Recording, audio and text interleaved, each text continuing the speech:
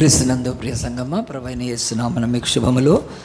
దేవుడు మనల్ని మార్చి మాసము 22వ తారీఖు వరకు 4వ ఆదివారం సజీవులు లెక్కించి ఈ యొక్క 2వ ఆరాధనలో మనమందరం కూడా దేవుణ్ణి మన గొంతు గళము స్వరముతో ఆయన స్తుతించి ఆరాధించాము.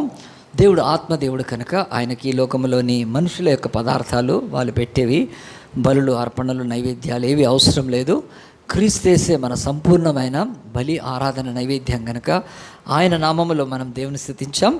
దేవుడు స్వీకరించి ఆయన మన యొక్క బ్రతుకులో ఆయనకు చేసిన స్తుతిని బట్టి మన బ్రతుకుల్లో ఆయన దీవెన ఆశీర్వాదము మన మీద ఉంటుంది. ఈరోజు లేఖన భాగముగా మొదటి రాజుల గ్రంథము 21వ అధ్యాయము తీసి ఫస్ట్ కింగ్స్ చాప్టర్ 21 మొదటి రాజుల గ్రంథము 21వ అధ్యాయం తీసి ఎక్కడ చూద్దాం. ఈ సంగతులైన తర్వాత యెజ్రెయేలులో షమ్రోను రాజైన ఆహాబు నగరును ఆనుకొని యెజ్రెయేలు వాడైన నాబోతునకు ఒక ద్రాక్ష తోట కలిగి ఉండగా ఆ యొక్క ఆహాబు నాబోతుని పిలిపించి, నీ ద్రాక్ష తోట నా నగరును ఆనుకొని ఉన్నది కనుక అది నాకు కూర తోటకిమ్ము, కూర తోట అంటే వెజిటబుల్స్కిమ్ము, దానికి ప్రతిగా దానికంటే మంచి ద్రాక్ష తోట నీకు ఇచ్చేదను, లేదా నీకు అనుకూలమైన ఎడల దానిని క్రయమునకు అమ్మమని అడిగాను.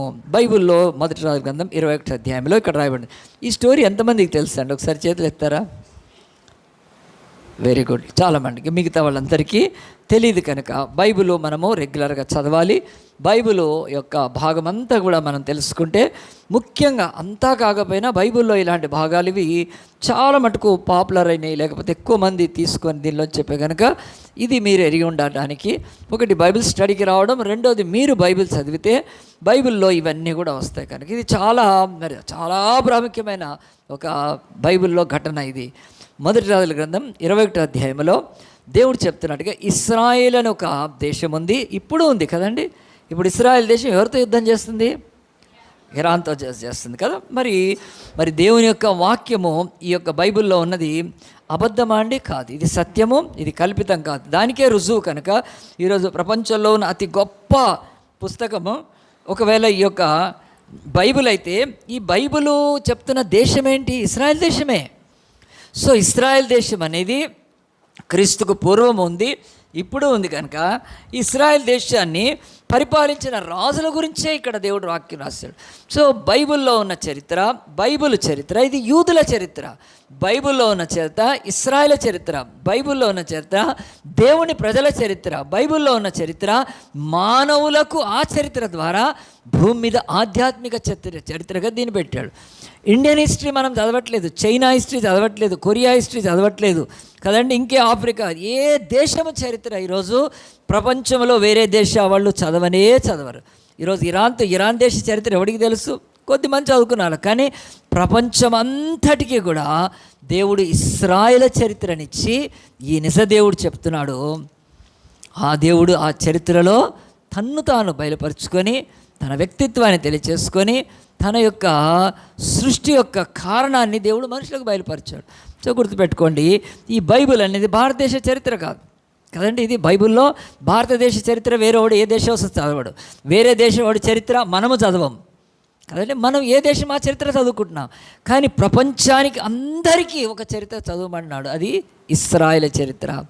కనుక ఇశ్రాయేల్ అంటే అందరికీ పడదు, అందరికీ గిట్టదు. ఎందుకంటే వాళ్ళు దేవుని ప్రజలు కనుక, వాళ్ళు దేవుని ఎరిగిన వాళ్ళు కనుక. సృష్టిని పూజించరు, వాళ్ళు సృష్టికర్తను పూజిస్తారు. చేయబడ్డ సృష్టిని, ప్రకృతిని ఆరాధించరు. ఆ ప్రకృతి ఉనికిలోకి తీసుకొచ్చిన పంచభూతాల్ని ఆ దేవుణ్ణి ఆరాధిస్తారు. ఈ సృష్టిలో, ఈ ప్రకృతిలో, ఈ ఈకోసిస్టంలో ఉండే పశువులను వాళ్ళు పూజించరు. వాళ్ళు దేవుణ్ణి, ఆ పశువులను చేసిన దేవుణ్ణి పూజిస్తారు. ఆ దేవుడు తన పోలికలో సృజించిన మానవులమైన మనకి ఆ జ్ఞానం ఇస్తే ఆ జ్ఞానాన్ని పూర్తిగా నశింప చేసుకొని పాకే పామును కదండి, రోడ్డు మీద పెంట చేసే ఆవును కూడా దేవుడిని దేవతనే నమ్ముతారు కనుక. ఎందుకంటే జ్ఞానం నశించిపోయింది కనుక. ఇప్పుడు తాగినోడికి ఎలాగున తెలివిపోతుందో, తాగినోడికి ఎవడేంటో తెలియట్లేదో, అలాగున ఈ భూమి మీద బుద్ధి జ్ఞానాలు నశించిపోయినప్పుడే దేవుడిచ్చిన జ్ఞానాన్ని నశింప చేసుకున్నాం. కానీ ఈ దరిద్రము విగ్రహారాధన, ఒక బొమ్మకు ప్రాణం ఉండదు, ఒక బొమ్మకు దృష్టి ఉండదు, ఒక బొమ్మకు శక్తి ఉండదు, ఒక బొమ్మ నడవలేదు కానీ అది దేవుడు అనుకోవడం, అంతకంటే దరిద్రం ఇంకా మానవులకి ఏదీ లేదు. మరణము కంటే భయంకరమైంది అజ్ఞానమే. Because the do not know who the God is.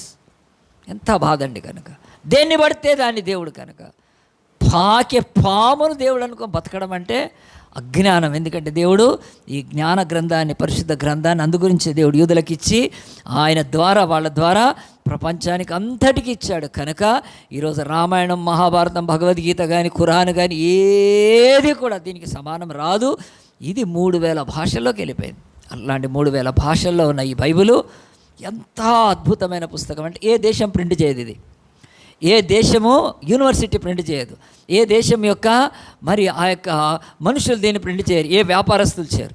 కేవలం దేవుడు తన శక్తి ద్వారా భాషల్లోకి వెళ్ళి ప్రతి వ్యక్తి దేవుడు ఎవరో తెలుసుకోవటానికి ఆయన బాధ్యత. కనుక దేవుడు సూర్యుడిని ఉదయింపజేస్తే ఆ ఒక్క సూర్యుడు ఎలాగున ప్రకాశమై పొద్దున్న తెల్లారిపోతుంది. రాత్రి చీకటి అయిపోయే వరకు దేవుడు కూడా అన్నాడు, నా వాక్యము వెలుగు గనక ఇది అన్ని దేశాల మీద, అన్ని మతాల మీద, అన్ని జాతుల మీద దేవుడు దీన్ని ప్రకాశింపజేస్తున్నాడు. కనుక ఇది మన భాషలో దేవుడు ఇచ్చాడు. కనుక మనం ఈజీగా అర్థం చేసుకోవచ్చు. కనుక బైబిల్ మీరు ప్రతిరోజు చదవాలి. ఇన్ని మాటలు ఏం చెప్తున్నా అంటే, ఏ బుక్ మీరు చదువుకున్న వాళ్ళైతే ఇప్పుడు చదువు కూడా అక్కర్లేదండి. ఈరోజు ఆడియో బైబిల్ వచ్చింది. ఆడియో బైబిల్ ఎంత ఇదండి, ఆన్ చేస్తే బైబిల్ అదే చదువుకుంటూ పోతుంది. ఆది కాండం చదువుతావా, టక్ ఆఫ్ చేయి. ఒక 5 అధ్యాయాలు ఆఫ్ చేసి టక్ మన ఆపితే నీ ఫోన్ ఆపుకున్నట్టు ఆపుకోవచ్చు. రేపు మళ్ళీ టైం ఉన్నప్పుడు మళ్ళీ అక్కడి నుంచి వద్దు. ఆది కాండం 6వ అధ్యాయం నువ్వు వింటూ కూడా ఈరోజు దేవుడి వాక్యాన్ని మొత్తం బైబిల్ని చదివేయచ్చు. అంత ధన్యత ఇచ్చాడు, నీ భాషలోనే ఇచ్చాడు. కనుక మీరెవరైనా సరే మాకు చదువు రాదనుకున్న వాళ్ళు దయచేసి ఆరాధన అయినాక లేకపోతే మన డీకన్స్ని కలవండి, మీకు ఆడియో బైబిల్ అరేంజ్ చేస్తాం. ఈరోజైతే యాప్స్లో ఇక ఫోన్లో పెట్టుకోవచ్చు, బైబిల్ పెట్టుకొని హాయిగా వినొచ్చు. అట్లా వింటూ ఉన్నప్పుడు ఆ భాషలో మన భాష కదా అర్థమవుతుందండి. కొంచెం ఫస్ట్ కాదు, తర్వాత ఈజీగా అర్థమవుతుంది. బైబిల్లో ఉన్న ఈ యొక్క మొదటి రాజుల గ్రంథం 21వ అధ్యాయము, ఇశ్రాయేలు అని ఒక చిన్న దేశం ఉంది ఈరోజు భూమి మీద. పెద్ద రాజ్యాలు దాని మీద యుద్ధం చేసి ఓడిపోయినాయి. ఇరాన్ ఈరోజు యుద్ధం చేస్తుంది వాళ్ళతోటి. కనుక ఎందుకంటే వాళ్ళు దేవుని ప్రజలు, వాళ్ళని మటుమార్చాలి, వాళ్ళని చంపేయాలి. వాళ్ళు ఉండకూడదు. వాళ్ళు ఉంటే సత్యం ఉంటుంది, ఆ సత్యం వాళ్ళకు అడ్డుగా ఉంటుంది. మనం చెప్తాం ఇది అరే ఈ దేవుడి బొమ్మ కాదు, ఇది వెండి బొమ్మ, బంగారం, అలా కోపం. కనుక అందు గురించే దేవుని ప్రజల్ని చంపేయాలి. కనుక ఆఫీసులో లంచం తీసుకొని వాడు ఉంటే వాడిని ఏమంటారు తెలుసా, వీడు తినడు, వేరే వాళ్ళని తినడు, వీడిని ట్రాన్స్ఫర్ చేయండి అంటారు. ఇక్కడ నుంచి ఒక లంచం కొరకు ఆశపడ్డ ఆఫీసులోని లంచగొండలు అందరూ కలిసి ఒక లంచం తీసుకొని వాడిని అక్కడి నుంచి జరిపేస్తారు. ఎందుకో తెలుసా అండి, వాడు లంచం తీసుకోండి అంటే సత్యం కనుక అంటాడు. అలాగూ మీరు ఇశ్రాయేలు దేవుని ప్రజల్ని ఎందుకు భూమి మీద వాళ్ళు ఉండకూడదని సకల రాజ్యాలు కోరుకుంటాయంటే వాళ్ళ దుర్మార్గత, వాళ్ళ అసత్యము, వాళ్ళ అబద్ధము, వాళ్ళ యొక్క నీచమైనవి బయటపడతాయి. కనుక అందుగురించే వాళ్ళ అబద్ధాలు ఎంతకాలమైనా చెల్లుతాయి. కనుక అందుగురించి యేసు ప్రభు యోహాను సువార్త 14:6 నేనే మార్గమును, నేను సత్యమును, ఐఎమ్ ద ట్రూత్, నేను సత్యాన్ని. కనుక సత్యాన్ని అడ్డగించే చీకటి, సత్యాన్ని అడ్డగించే ఆ యొక్క అపవాది ఎప్పుడూ ఉంటాడు. కనుక నేను ఆ యొక్క సత్యము అన్నాడు. సో కనుక ఆ యొక్క సత్యమైన యేసుక్రీస్తు వాక్యమే సత్యము. కనుక మనల్ని సత్యములో ప్రతిష్ఠించాడు. కనుక ఆ సత్యవాక్యమైన ఈ బైబిల్లోని ఒక చిన్నది తీసుకున్న దేవుడి సత్యము ఇంకా వెల్లడి అవుతుంది. మనకు దేవుడి సత్యము ఇంకా మంచిగా అర్థమవుతుంది. అలాగున్న ఈ యొక్క 21వ అధ్యాయంలో ఇశ్రాయేలు అనే దేవుని ప్రజల యొక్క చరిత్రలో వాళ్ళను మొత్తం 42 రాజులు పరిపాలించారు, 42 కింగ్స్. కనుక కదా మనకు ఇప్పుడు రేవంత్ రెడ్డి గారు ఉన్నారు. రేవంత్ రెడ్డికి ముందు ఎవరున్నారు? అంతకుముందు కేసీఆర్ ఉన్నాడు. కేసీఆర్కి ముందు ఎవరున్నారు? కిరణ్ కదా, కిరణ్ కుమార్ గారికి ముందు ఎవరున్నారు? రోషే అన్నాడు. రోషయ్యకి ముందు రాజశేఖర్ చుక్కల్లోకి ఎక్కాడు కదా. మనకంత సీఎంలు చెప్పుకుంటూ పోతున్నాం కదండి. మరి ఒక సీఎం తర్వాత ఇంకో సీఎం వచ్చాడా లేదా? అది పరిపాలన భూమి మీద. కానీ అలాగనే ఇశ్రాయేలుకు కూడా 42 మంది రాజులుంటే వాళ్ళ యొక్క రాజ్యం ఒకానొకడు 2 ముక్కలు అయిపోయింది. మన ఆంధ్ర తెలంగాణ ఎట్లా 2 ముక్కలు అయిపోయిందో కనుక అలాగనే అందరూ తెలుగు ప్రజలే కానీ 2 ముక్కలు అయిపోయింది. అది ఆంధ్ర రాష్ట్రం. ఇది కనుక మనకు ఆంధ్ర రాష్ట్రంతో ఏమీ సంబంధం లేదు. అక్కడ ఆంధ్ర రాష్ట్రంలో ఉన్న ఆ యొక్క ఆధార్ కార్డు తోటి ఇక్కడ తెలంగాణలో బస్సులో తిరగలేం మనం కదండి. తిరగలుగుతామా? చెల్లదు. కనుక అలాగునే ఇశ్రాయేల్ దేశము 2 ముక్కలైంది. పైన ఉత్తర దేశం ఇశ్రాయేల్ పేరు, దక్షిణ దేశము యూదా అని చెప్పారు. కనుక ఈరోజు యూపీకి మరి సీఎం ఎవరున్నారండి? ఆదిత్యనాథ్ యోగి. ఇక్కడ మనకు రేవంత్ రెడ్డి. ఇద్దరు వేరు కనుక కదా. అక్కడ సీఎం ఇక్కడ.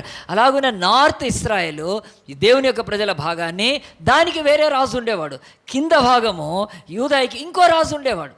ఇద్దరు రాజులు కూడా వాళ్ళిద్దరు కూడా యూదులే, కానీ అలకలకు పడేవి కాదు, కొన్నిసార్లు కలిసి ఉండేవారు.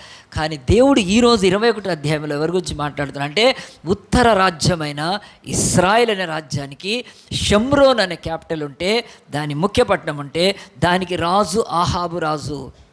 ఆ ఆహాబు రాజు అతడు ఒక రోజు లేచి ఏం చేశాడంటే, తన యొక్క రాజనగరిలోని తన కోటలో నుంచి పక్కకు చూసినప్పుడు, రోజు చూస్తుండొచ్చు కానీ పక్కకు చూసినప్పుడు ఒక ద్రాక్ష తోట ఉంది పక్కన.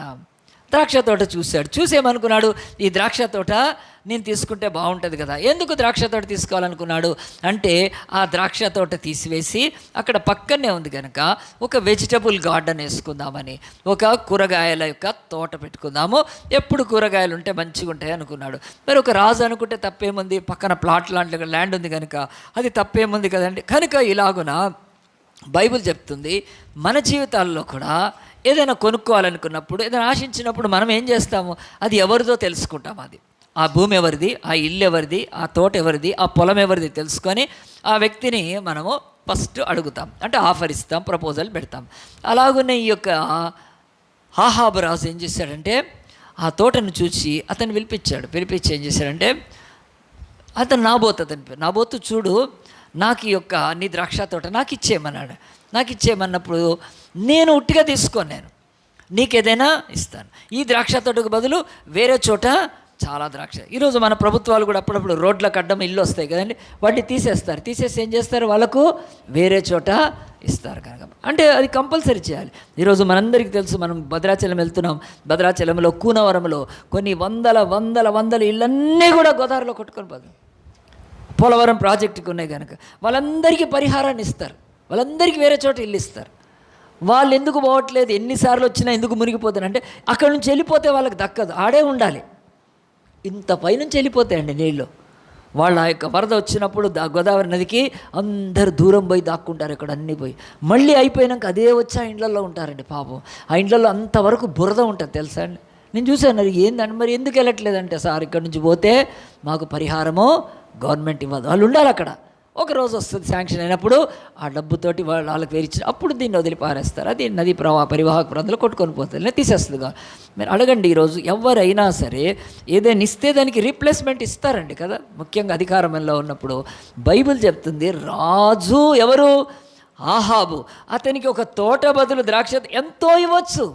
అందు గురించే పిలిచి అడిగాడు, నాబోతు చూడు, ఇదిగో నీ ద్రాక్ష తోట నాకు ఇచ్చేసేయి, నీకు దానికి మారుగా వేరే ద్రాక్ష తోటలో ఏమని ఇస్తా. అది కాదు అంటే డబ్బు కూడా ఇస్తా అన్నప్పుడు, ఇప్పుడు నాబోతు అనే ఈ యొక్క ద్రాక్ష తోట యజమాని ఏం చేశాడు, దేవుడు ఎందుకు బైబిల్లో రాసి పెట్టాడు, మనం ఈ ఏప్రిల్ మార్చిలోనే దీన్ని ఎందుకు చూడాలి, ఈ ప్రశ్నలు వేసుకుంటే ఒక మంచి సత్యాన్ని తెలుసుకుంటాం. ఈరోజు దేవుడి ధర్మము, దేవుడి నీతి, దేవుడి పరిశుద్ధత, దేవుడి యథార్థత, దేవుడి మంచితనము, దేవుడి కొరకు నిలబడ్డ బిడ్డల యొక్క జీవితము బహు స్పష్టంగా తెలుస్తుంది దీంట్లో. కనుక నాబోతు అనుకోవచ్చు కదండి. ఎవరు అడుగుతున్నారు ఇప్పుడు, రాజు అడుగుతున్నాడు. రాజు అడిగినప్పుడు ఏం చేయొచ్చు, మస్తుగా కొట్టేయచ్చు రాజు దగ్గర, ఎందుకంటే ఆయనకి ఇష్టం ఉంది కనుక.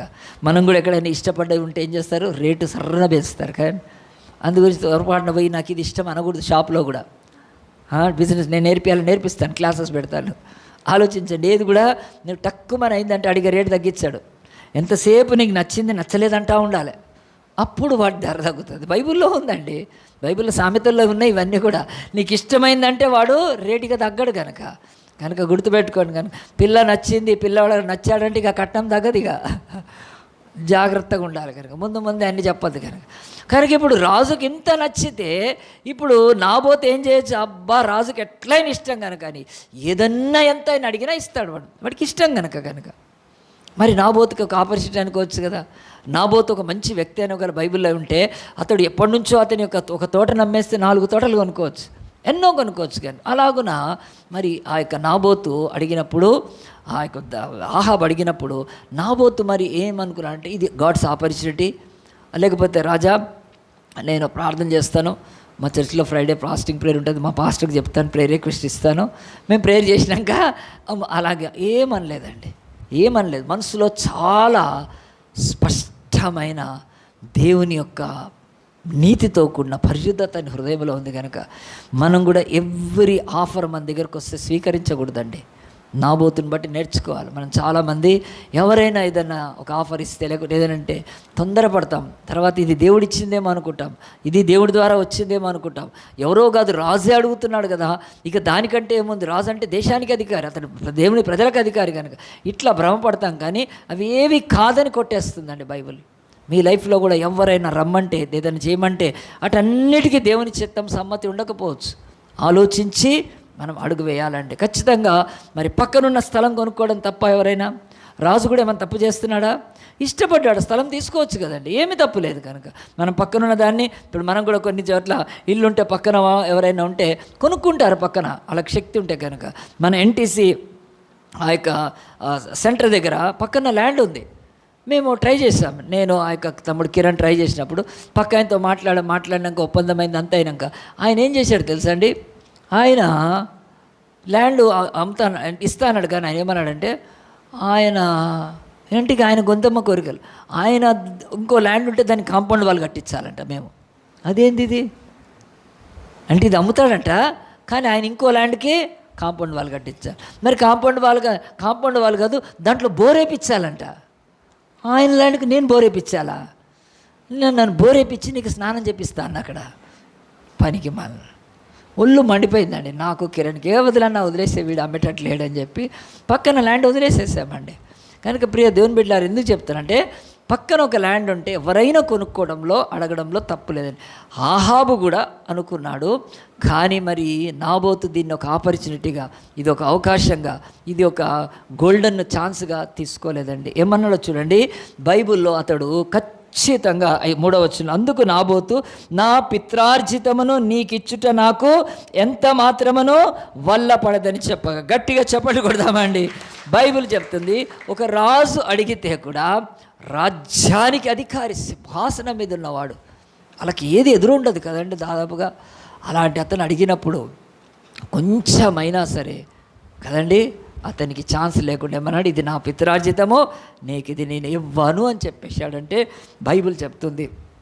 ఎవరైనా సరే ఒక గొప్ప వ్యక్తి అడిగినప్పుడు ఏం చేస్తారండి, భయముతో అన్నా అలాగని చెప్పరు. లేకపోతే ఏదైనా ఫస్ట్ ఇవ్వనని చెప్తే ఇంకెక్కువ ధరిస్తారు కదా, అలాగున్న ట్రిక్కుతో చెప్తారు. అంటే చాలా తెలివి. ఇక 3వది, అతను ఒకవేళ ఇవ్వకపోతే భయము, నన్ను ఏమైనా చేస్తాడేమో అని కూడా కొంతమంది భయపడతారు. కానీ ఇలాగున బైబిల్ అయితే చెప్తుంది, ఈ యొక్క పరిశుద్ధ గ్రంథంలో ఇవి ఏవి కూడా నాబోతుకి ఇది లేదండి. ఆ ఆఫర్ కానీ లేకపోతే భయము కానీ అతని పట్ల గౌరవం ఉన్నా కానీ ఇవేవి కూడా కాదు. సింపుల్గా అన్నాడు, నేను ఇవ్వను, ఇది నా పిత్రార్జితం. ఎందుకు అన్నాడండి? ఇది పిత్రార్జితం ఎందుకు ఇవ్వాలంటే బైబిల్ చెప్తుంది. 3 రెఫరెన్సెస్ చెప్తాను, ఎవరైనా త్వరగా తీస్తే కూడా చదివి సహాయం చేయండి. మొట్టమొదటిగా బైబిల్ చెప్తుంది, ఇగో లేవికాండం 25:23లో దేవుడు చెప్పాడు. చదవండి చూద్దాం. లేవికాండము 25:23లో ఇది దేవుడి యొక్క ప్రజల యొక్క ధర్మశాస్త్రంలో, వారి చట్టములో, వారి న్యాయములో ఉంది ఒక మాట.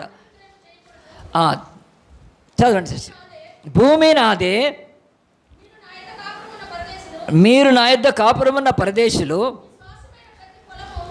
దానికి ముందు చాలా సిస్టర్, దేవుడు అంటున్నాడు భూమి నాదే కనుక దాన్ని విక్రయించొద్దు. ఇంకెవరైనా హెల్ప్ చేయండి, చదవండి కాస్త. అందరు చదువుకున్న వాళ్ళే, మళ్ళీ డిగ్రీలు పీజీలు చేసిన వాళ్ళు. సరే ఇదేండి, బైబిల్ చెప్తుంది భూమి నాదే కనుక దాన్ని విక్రయించకూడదు అని. ఎవరు చెప్తున్నారు?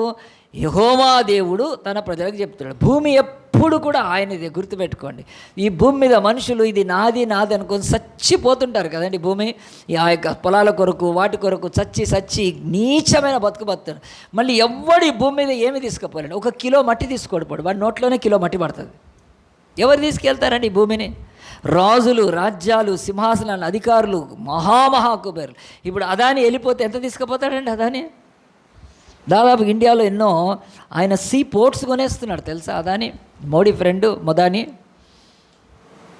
సీ పోర్ట్స్ కొంటున్నాడండి. ఏవి సీ పోర్ట్స్ అంటే తెలుగులో ఏమంటారు? రేవులను కొంటున్నాడు అతను. రేవులను కొని పారేస్తున్నాడు తెలుసా. ఆయన వశమైపోతున్నాయి. రేపు అదాని చచ్చిపోతే ఏం తీసుకుపోతాడండి? పోతుందా? ఏమేమి పోతుందా ఆయనతో ఎంబడి? సో ఈ భూమి మీద దేవుడు అందు గురించి ఎవరికి చెప్పకపోయినా ఇశ్రాయేలుకి చెప్పాడు, ఒరే పిచ్చోళ్ళారా, మీరు భూమి మీద ఏం తీసుకెళ్లారు, దీన్ని భూమి నాదే కానీ దీన్ని విక్రయించకూడదు, శాశ్వతంగా విక్రయించకూడదు. ఏదన్నా ఉంటే కొంచెం అటు ఇటు తనఖా పెడతారు కదా, మార్టిగేజ్ పెడతారు, లేకపోతే మన భాషలో ఏమంటారు కొదవ పెడతారు, పెట్టుకొని భూమి పెట్టుకొని పేపర్లు పెట్టుకొని డబ్బు తెచ్చుకో, అంతే తప్ప ఎప్పుడు దీన్ని విక్రయించు. ఇది దేవుడి ఆజ్ఞ. ఇది ఎవరికి తెలుసు? నాబోతుకు తెలుసు కనుక ఆ మాట చెప్పాడు. రెండవది చూడండి, సంఖ్యాకాండంలో 36:7 చదవండి. సంఖ్యాకాండం 36:7లో కూడా ఒక మాట ఉంటుంది. కొంచెం వెనక్కి వస్తే, ఇశ్రాయేలు స్వాస్థ్యము ఒక గోత్రము నుండి వేరొక గోత్రములోనికి పోకూడదు. చాలమ్మా, థ్యాంక్ యూ, మంచి అట్లా చదవాలి నాన్న, వెరీ గుడ్. బైబిల్ చెప్తుంది ఇశ్రాయేలుకి ఇంకొక ఆజ్ఞ ఇచ్చాడు దేవుడు. మీరు 12 గోత్రాలు ఎవడి గోత్రంలో నుంచి నేను ఇచ్చిన ల్యాండ్ ఇంకోల కాలకు తీసి ఇవ్వద్దు అని. దేవుడికి చాలా కోపం. ఎందుకంటే ఆయన పంచి ఇచ్చాడు భూమిని వాళ్ళకు. ఇక్కడ ఎఫ్రాయిం ఉండాలి, ఇక్కడ దాను ఉండాలి, ఇక్కడ యూదా ఉండాలి, ఇక్కడ బెన్యామీన్ ఉండాలి, ఇక్కడ నఫ్తాలి ఉండాలి, ఇక్కడ యోసేపు. దేవుడిచ్చాడు, అది మీరు మార్చడానికి లేదు. అది అందు గురించి అన్నాడు నాబోతు చెప్తున్నాడు, ఇది నా పిత్రార్జితం, నాది కాదు, నేను సంపాదించింది కాదు, ఇది మా పితరుల నుంచి నాకు వచ్చింది, దీన్ని ట్రాన్స్ఫర్ చేయడానికి ఉండదు అని చెప్పి ఓపెన్గా బైబిల్లో ధర్మశాస్త్రంలో ఉన్న ఆ సంఖ్యాకాండం 36:7లోది చెప్పేసేసాడండి. ఇది దేవుడి యొక్క సన్నిధిలో జ్ఞాపకం పెట్టుకోండి. చూడండి, మూడో రెఫరెన్స్ చెప్తాను.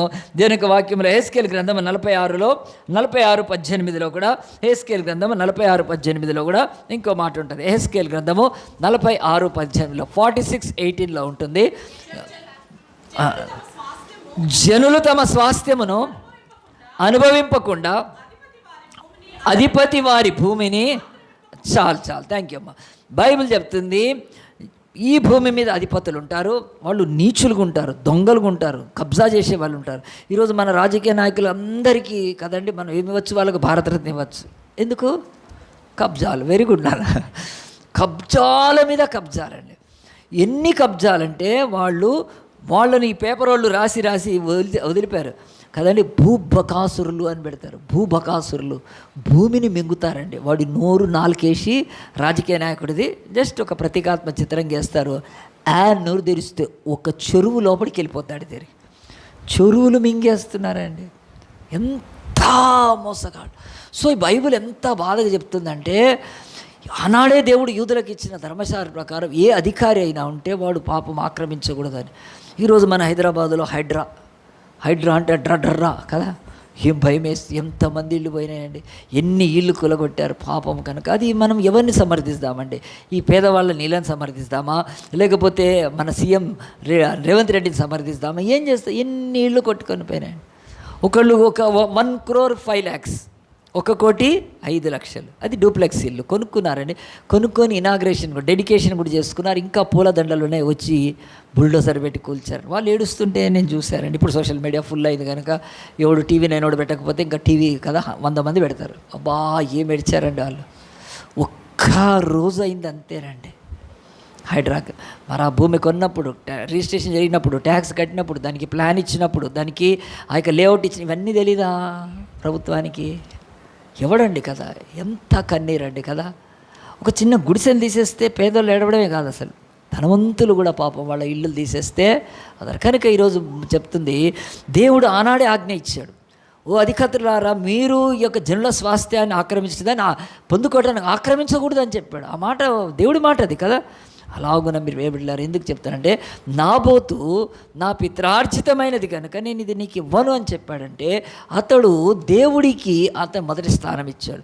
దేవుడి మాట ఉంది కనుక నేను ఇవ్వను అనుకున్నాను. కానీ దేవుడి మాట పక్క పెడితే ఏమవుతుంది? బంపర్ లాటరీ కదండి. రాజు అడిగాడు కనుక ఎంత వెండి, ఎంత బంగారం, లేకపోతే నాకు ఉద్యోగం ఇయ్యి, నా కొడుకుకి ఇది ఎన్ని అడిగినా కానీ వాడు ఇష్టపడుతున్నాడు ఇచ్చేసేవాడు.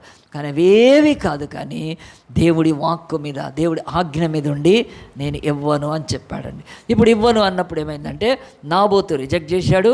ఆ తర్వాత ఆహాబుకి ఏమైపోయిందంటే అతనికి అవమానం కలిగింది. ఎవరైనా రిజెక్ట్ చేస్తే ఏమవుతుందండి?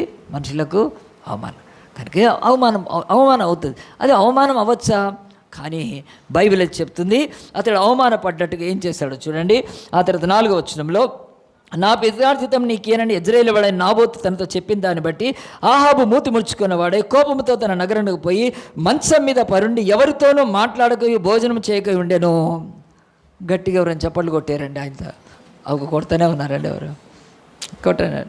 మూతి ముడుచుకుంటే పోయి పండుకుంటే కదా. వాడు అలిగితే, వాడు ఆడంగ్యుడైపోతే దానికి మనం చప్పట్లు కొట్టాలా?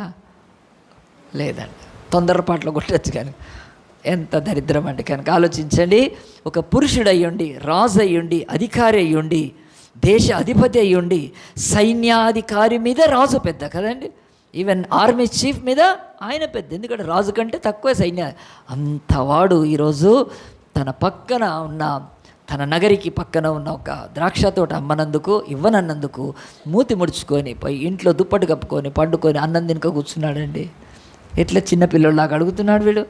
ఇంకా చెప్పాలంటే బైబిల్ చెప్తుంది, కొంతమంది మగవాళ్ళలాగా బతకరండి. ఇది చాలా బాధాకరంగా. దేవుడు మగవాళ్ళుగా పుట్టిస్తే ఎట్లా బతకాలి? మగవాళ్ళుగా. ఆడవాళ్ళగా పుట్టిస్తే ఎట్లా బతకాలి? ఆడవాళ్ళు. ఇది లోకం ఈరోజు చెరిపేసేసుకుందండి. చాలా చోట్ల ఆడవాళ్ళు ఎవరో మగవాళ్ళు, ఎందుకంటే వాళ్ళు ప్యాంట్ షర్ట్ టీషర్ట్లు వేసుకొని తిరుగుతున్నారు.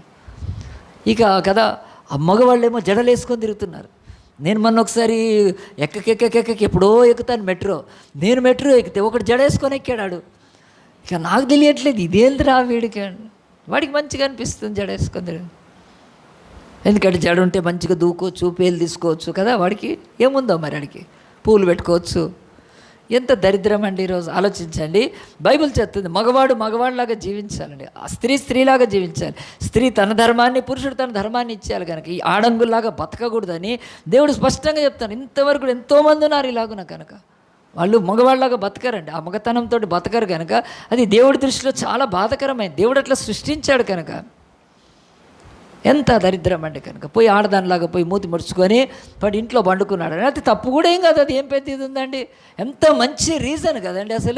అసలు వీడు ఆహాబోడు సరైనోడైతే ఆ దేశంలో ఒక మీటింగ్ పెట్టాల్సింది అసలు, తెలుసా అండి. రాజు కదా, ఇంకా కన్విన్స్ చేయొచ్చు ఒక మీటింగ్ కదా. మనం అనుకుంటే నాయకులు పెట్టారు మీటింగ్ వెంటనే, అలాగనే ఒక మీటింగ్ పెట్టి ఏం చేయొచ్చు?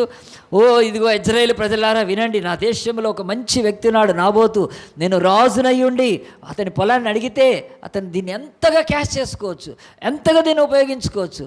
కనుక నేను ఇస్తానని చెప్పాను, డబ్బు ఇస్తాను, వేరే పొలాలు ఇస్తాను అంటే అవేవీ కాకుండా ఒక ఉద్యోగం అడగలేదు, బంగారం అడగలేదు, దేవుడి మాట కొరకు నిలబడ్డాడని గొప్పగా పట్టణంలో ఘనపరచండి. ఏడుసుకొని మూతి ముడుచుకోవడం ఎందుకండి? మన దేశంలో ఇంత మంచి వాళ్ళు ఉన్నారని ఎంత చెప్పచ్చండి. కానీ వీడేంటంటే ఆ పొలం నాకు దొరకలేదని చెప్పి కదా. కొంతమంది షాపింగ్కి పోయి వచ్చి ఇంటికాడ ఏడుచుకుంటూ కూర్చుంటారు, నాకు ఇది దొరకలేదు. దానికి ఏం చేస్తాం మనం? ఎవడో క్రికెట్ మ్యాచ్ ఓడిపోతే ఇంటికాడ ఏడుచుకుంటూ కూర్చుంటారు. ఇవన్నీ అవసరమా అండి కదా. నిజంగా ఫెయిల్ అయితే ఏడవాలి, అప్పుడు ఏడవరు, అప్పుడు సిగ్గు లేకుండా తిరుగుతుంటారు. నిజంగా ఫెయిల్ అయితే ఇంకేదైనా. నిజంగా ఈ బైబిల్ చెప్తుంది, మనం ఈ నాబోతు ఆహాబు కథలో ఒకటి తెలుసుకోవాలండి. ఆహాబుకి ఎంత మంచి ఛాన్స్ ఉండిందండి కదా. ఈరోజు కూడా నేను ఎవరైనా మంచి స్థితి ప్రార్థన చేస్తే నేను చప్పట్లు కొట్టిస్తాను, నాకు మనసు హృదయం నిండిపోతుంది. దేవా అంటే ఏదో నేను నేర్పిస్తున్నాను కాబట్టి నాకు ఎంత సంతోషం అండి. మన చర్చిలో ఎవరైనా మంచి స్థితి ప్రార్థన చేస్తే కదా. ఈరోజు చందన కూడా నేర్చుకొని చేస్తుందండి, తను పెద్దగా చదువుకోలేదు కదా. ఎంత మంది అలాగున ఏదైనా చేస్తే ఎంత మంచిగా అనిపిస్తుంది. ఈ రాజు కట్ల అనిపించి ఆడిపోయి మూతి ముడుచుకొని పండుకోవడం ఏంటది? ఇది ఆడంగితనము. లేకపోతే ఇది ఒక స్త్రీ స్వభావాన్ని కలిగి ఉన్న ఒక వ్యక్తి గురించి చెప్తుంది. కనుక వాడు మూతి మడుచుకొని పండుకుంటే మళ్ళీ వాళ్ళ భార్య చూస్తూ ఉంది, ఏంటి కదా పొద్దున పూట వాడు పండుకోరు కదా, అటు ఇటు తిరుగుతూ ఉంటాడు, ఇటు పండుకున్నాడు. భార్య వచ్చింది చూడండి, భార్య వచ్చి ఏం చేసింది చూడండి. అతని భార్య పేరు ఎవరు పెట్టుకోవద్దు దయచేసి, దాని పేరు యెజబేలు చూడండి ఏం చేసిందో. అతని భార్య 5వ వచనంలో భోజనం కూడా తినలేదు అసలు. అంతటా అతని భార్య అయిన యెజబేలు వచ్చి 5వ వచనం, నీవు మూతి ముడుచుకున్న వాడవై భోజనం చేయక ఉండేదేమని అతన్ని అడగగా, అంటే ఎందుకు మూతి ముడుచుకున్నావు, ఎందుకు అలిగావు, ఎందుకు పండుకున్నావు, ఎందుకు అన్నం తినలేదు అంటుందండి కదా. ఇది అంతా కూడా ఎవరు అడగాలి? భర్త అడగాలండి భార్యను కదా. ఇది క్వైట్ ఆపోజిట్ ఉందండి బైబిల్లో. కనుక వీడు యాక్చువల్గా అడగాల్సింది భార్య అడుగుతుంది. కనుక అడిగినప్పుడు అప్పుడు ఏం చేస్తున్నాడు తెలుసా అండి, అతను చెప్తున్నాడు చూడండి 6వ వచనంలో, అతడు ఆమెతో ఇట్లా, నీ ద్రాక్ష తోటని క్రయంలో నాకు ఇమ్మను, లేక నీకు అనుకూలమైన దాన్ని నేను మారుగా మరియు ద్రాక్ష నీకు ఇచ్చేదను.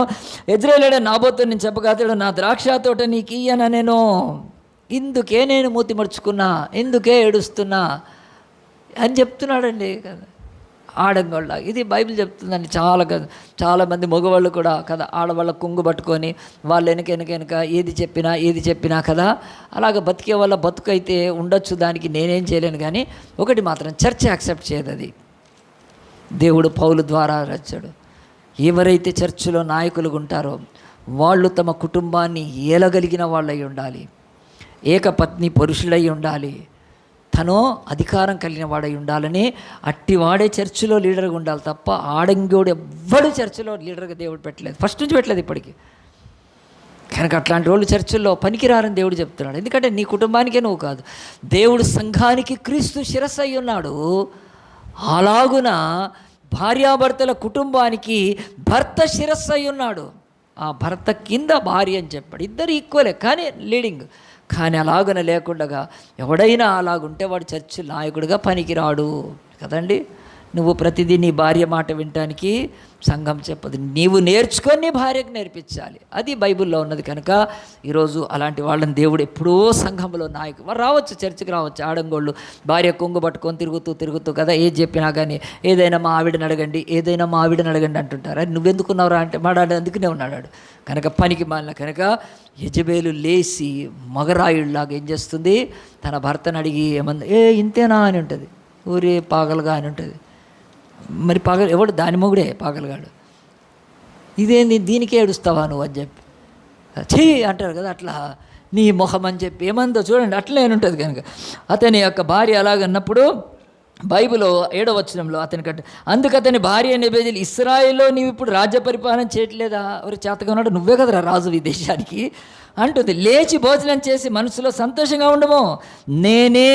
నేను కాదండి, నేనే అనే మాట వాడించి చూడండి, అంత భయంకర. నేనే యెజ్రెయేలీయుడైన నాబోతు ద్రాక్ష తోట నీకు ఇప్పించేదని అతనితో చెప్పి బైబిల్ చెప్తుంది. ఏమన్నది, నువ్వు మూతి ముడుచుకొని కదా దుప్పటి కప్పుకొని పడుకోలేవు, అన్నం తిని ఫస్ట్ నీకు నేను ఇప్పిస్తాను. చిన్నపిల్లలు అలిగితే చేస్తారండి కదా, చిన్నపిల్లలు అలిగితే అలా గద్దించే లేవు నేను ఇస్తా కదా నీకు అని ప్రామిస్ చేసి చేస్తారు అలా.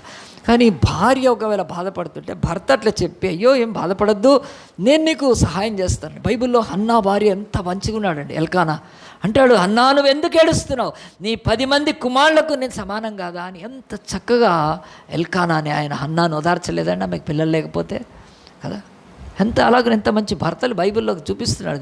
కానీ పనికి మాలిన వాడు ఆహాబు తన భార్య చెప్తే అప్పుడు పోయి అన్నం తింటున్నాడు. అప్పుడు తిన్నాడు కనుక మరి ఏమేసుకొని తిన్నాడు ఆడు. కానీ అప్పుడు సరే అని చెప్పి ఆమె లేచి వెళ్ళిపోయి చెప్పింది. మీరు తర్వాత చదువుకోండి. తను ఒక తాకీదులు రాపిచ్చింది. అప్పుడు లెటర్స్ని తాకీదులు అంటారు, అంటే గవర్నమెంట్ ఆర్డర్స్. ఆ తాకీదులు ఏం చేసింది, ఇదిగో యెజ్రెయేల్ అనే దగ్గర ఆ యొక్క నాబోతుండే ఆ ఊరిలో ఒక ఉపవాస ప్రార్థన చాటించండి, అందరూ వస్తారు. దాంట్లో నాబోతును పెద్దగా ఆయన పెద్ద నాబోతు చాలా కూర్చోబెట్టండి. ఆ ఉపవాస కూడిక అయిపోయిన తర్వాత చివరిలో ఏం చేయండి, 2 పనికి మాలిన ఎవరినైనా సిద్ధపరచుకోండి ఆ యొక్క సాక్ష్యాన్ని. వాళ్ళు నిలబడి ఏం చెప్పాలి, నాబోతు దేవుణ్ణి దూషించాడు, రాజును దూషించాడని వాళ్ళతో చెప్పించాలి. చెప్పించినాక ఏం చేయాలి, ఊరు బయట తీసుకెళ్ళి రాళ్ళతో కూడా ఇది ప్లాను, ఇది ఒక కుట్రతో కూడింది. ఎవరు చేపిస్తున్నారండి, యెజబెల్ చేపిస్తుంది. దానికి ఏమనుంది, తన భర్తకు పొలము దొరకలేదు అంటే అడగాల్సింది కదా, నాబోతుని పిలిపించాలి. అయ్యా ఇదిగో నా భర్తకు కదా ఇది కావాలి కానీ నువ్వు ఇవ్వు అంటే అప్పుడు నాబోతు చెప్పేవాడు, కాదమ్మా రాణి కదా, ఆమె మహారాణి కదా, అమ్మ ఇది మన బైబిల్లో ధర్మశాస్త్రంలో ఉంది, నేను అట్లా ఇవ్వటానికి వీలు పడదంటే అప్పుడు యెజబెల్ అనేది అట్లా మీ ధర్మశాస్త్ర ప్రకారము అని మళ్ళీ అక్కడి నుంచి ప్రధాన యాజకుల దగ్గరికి వెళ్ళి ఎంతోమంది ఉంటారు దానికి సంబంధించిన వాళ్ళ దగ్గర పోయి చూడండి కొంచెం ట్రాన్స్ఫర్ చేయండి అని, ఏదన్నా చేయొచ్చు, లేకపోతే అబ్బా మీ ధర్మం కనుక వదిలిపెట్టాను. అలాగున కాకుండా దుర్మార్గురాలు, పరమ కిరాతకమైంది బైబిల్లో ఉంది యెజబెల్ది. అది యెహోవా దేవుణ్ణి నమ్మలేదు. ఆహాబు రాంగ్ మ్యారేజ్ చేసుకున్నాడు. ఆమె యెజబెలు బయలు దేవతను పూజిస్తుంది, అస్తారోతు దేవతను పూజిస్తుంది, విగ్రహారాధనలో నుంచి దేవుని రాజ్యంలోకి వచ్చింది. ఆహాబు చేసిన పాపము కనుక అతని యొక్క మ్యారేజే పెద్ద డిసాస్ట్రస్. కనుక దేవుడు చెప్తున్నాడు ఈరోజు వరకు కూడా దేవుడి యొక్క పరిశుద్ధుల విశ్వాసికి అవిశ్వాసతో పొత్తులేదు కనుక అలాగని చేసుకున్నాక వాడు చర్చికి రానియాడు పెట్టాడు, ఎన్నో బాధలు కనుక భార్య అయినా అంతే కనుక అలాగని చేసుకుంటే ఈరోజు మన చర్చిలో మేము ప్రార్థన చేస్తాం 3 గురించి. వాళ్ళ భార్య నువ్వు చర్చికి వెళ్తే విడాకులని చెప్పిందండి, కత్తం డైవర్స్ ఇస్తాను నువ్వు చర్చికి పోతే నేను ఇచ్చేసి అని చెప్పాను. అప్పుడు తెలుస్తుంది, దానికి తెలుస్తుందండి, భర్త వీళ్ళు తెలుస్తుంది కనుక.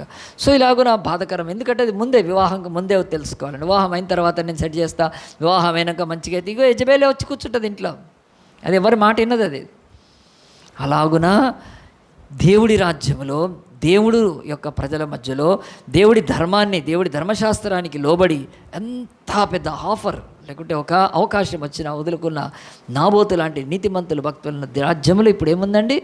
కుట్ర, భయంకరమైన ప్లాట్ అంటారు, వేసి రాసింది, పంపించింది, వెళ్ళిపోయింది. అక్కడ ఏం చేశారు? మీటింగ్ పెట్టారు, ఉపవాస ప్రార్థన పెట్టచ్చు ఉపవాస ప్రార్థన. నేను కూడా పెట్టినప్పుడప్పుడు ఎమర్జెన్సీ అయితే నాబోతు కూడా అదే అనుకున్నాడు, ఏదో ఎమర్జెన్సీ వచ్చింది పాపము, వీళ్ళు మతాధికారులు చెప్తున్నారు కదా అని పాపం ఆయనని తీసుకొని మంచిగా కూర్చోబెట్టారు. చక్కగా కూర్చోబెట్టి ఏం చేశారు? ప్రార్థన చేశారు. ఈరోజు కరువు కానీ బాధలు వస్తే ఎప్పుడైనా ప్రార్థన. ఇప్పుడు మనం కూడా ఎన్నోసార్లు ఎమర్జెన్సీ ప్రేయర్ పెడతాం ఇక్కడ, కనుక మీకంతా తెలుసో లేదో కానీ ఎమర్జెన్సీ ప్రేయర్కి వస్తారు. నేను చెప్తే మన పిల్లలకి 50-60 మంది వచ్చి అంత ప్రార్థన చేస్తారు ఇక్కడ. కనుక అలాగున్న ప్రార్థనలు పెడతారు. కనుక ఉపవాస ప్రార్థన చాటిస్తే పెట్టారు, దాంట్లో కూర్చున్నారు. కానీ చివరిగా ఇద్దరు పనికి మాళ్ళు, ఎవరాళ్ళు? దొంగ సాక్ష్యం చెప్పటానికి కదండి.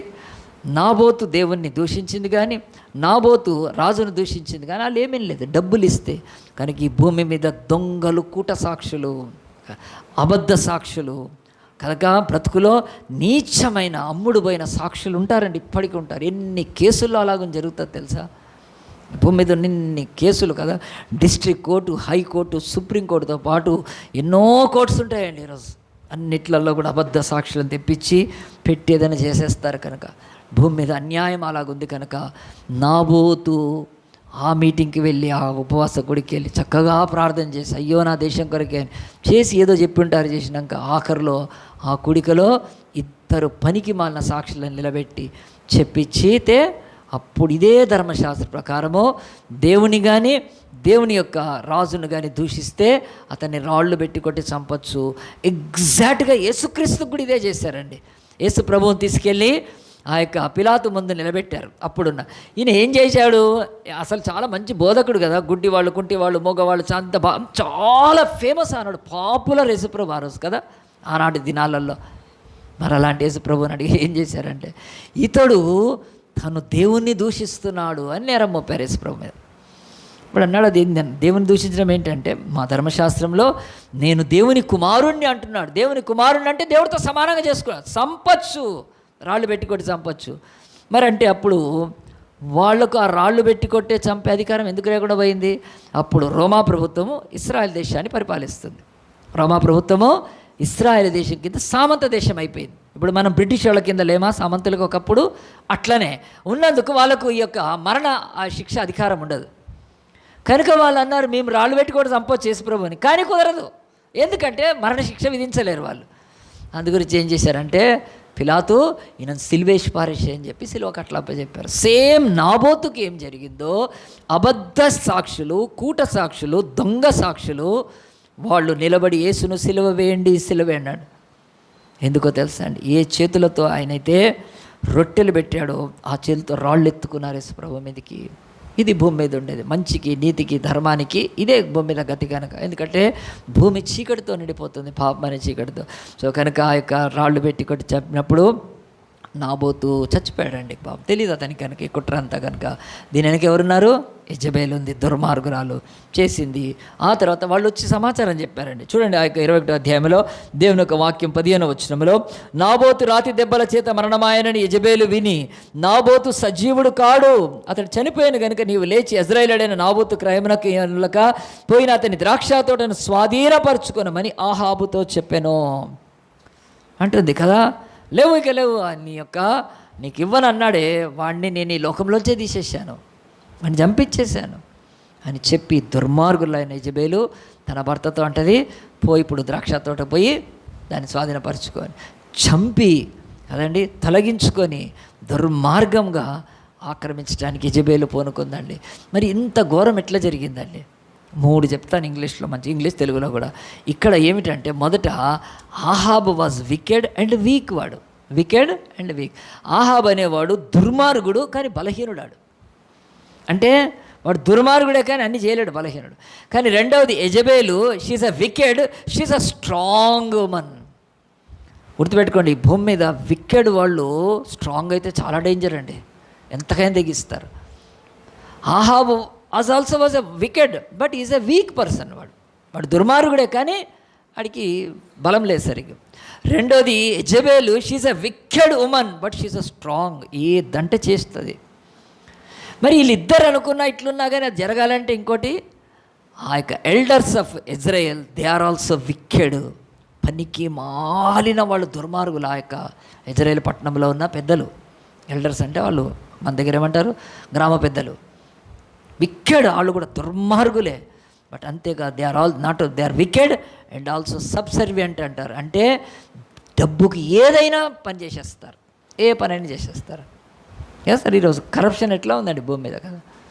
ఒకసారి ఒక ఆయనకు డ్రైవింగ్ లైసెన్స్ ఇచ్చారండి. ఏంటది, 4-వీలర్ డ్రైవింగ్ లైసెన్స్ ఇచ్చారు. అది గబ్బు చేసి పెట్టారు అప్పుడు జర్నలిస్టులు.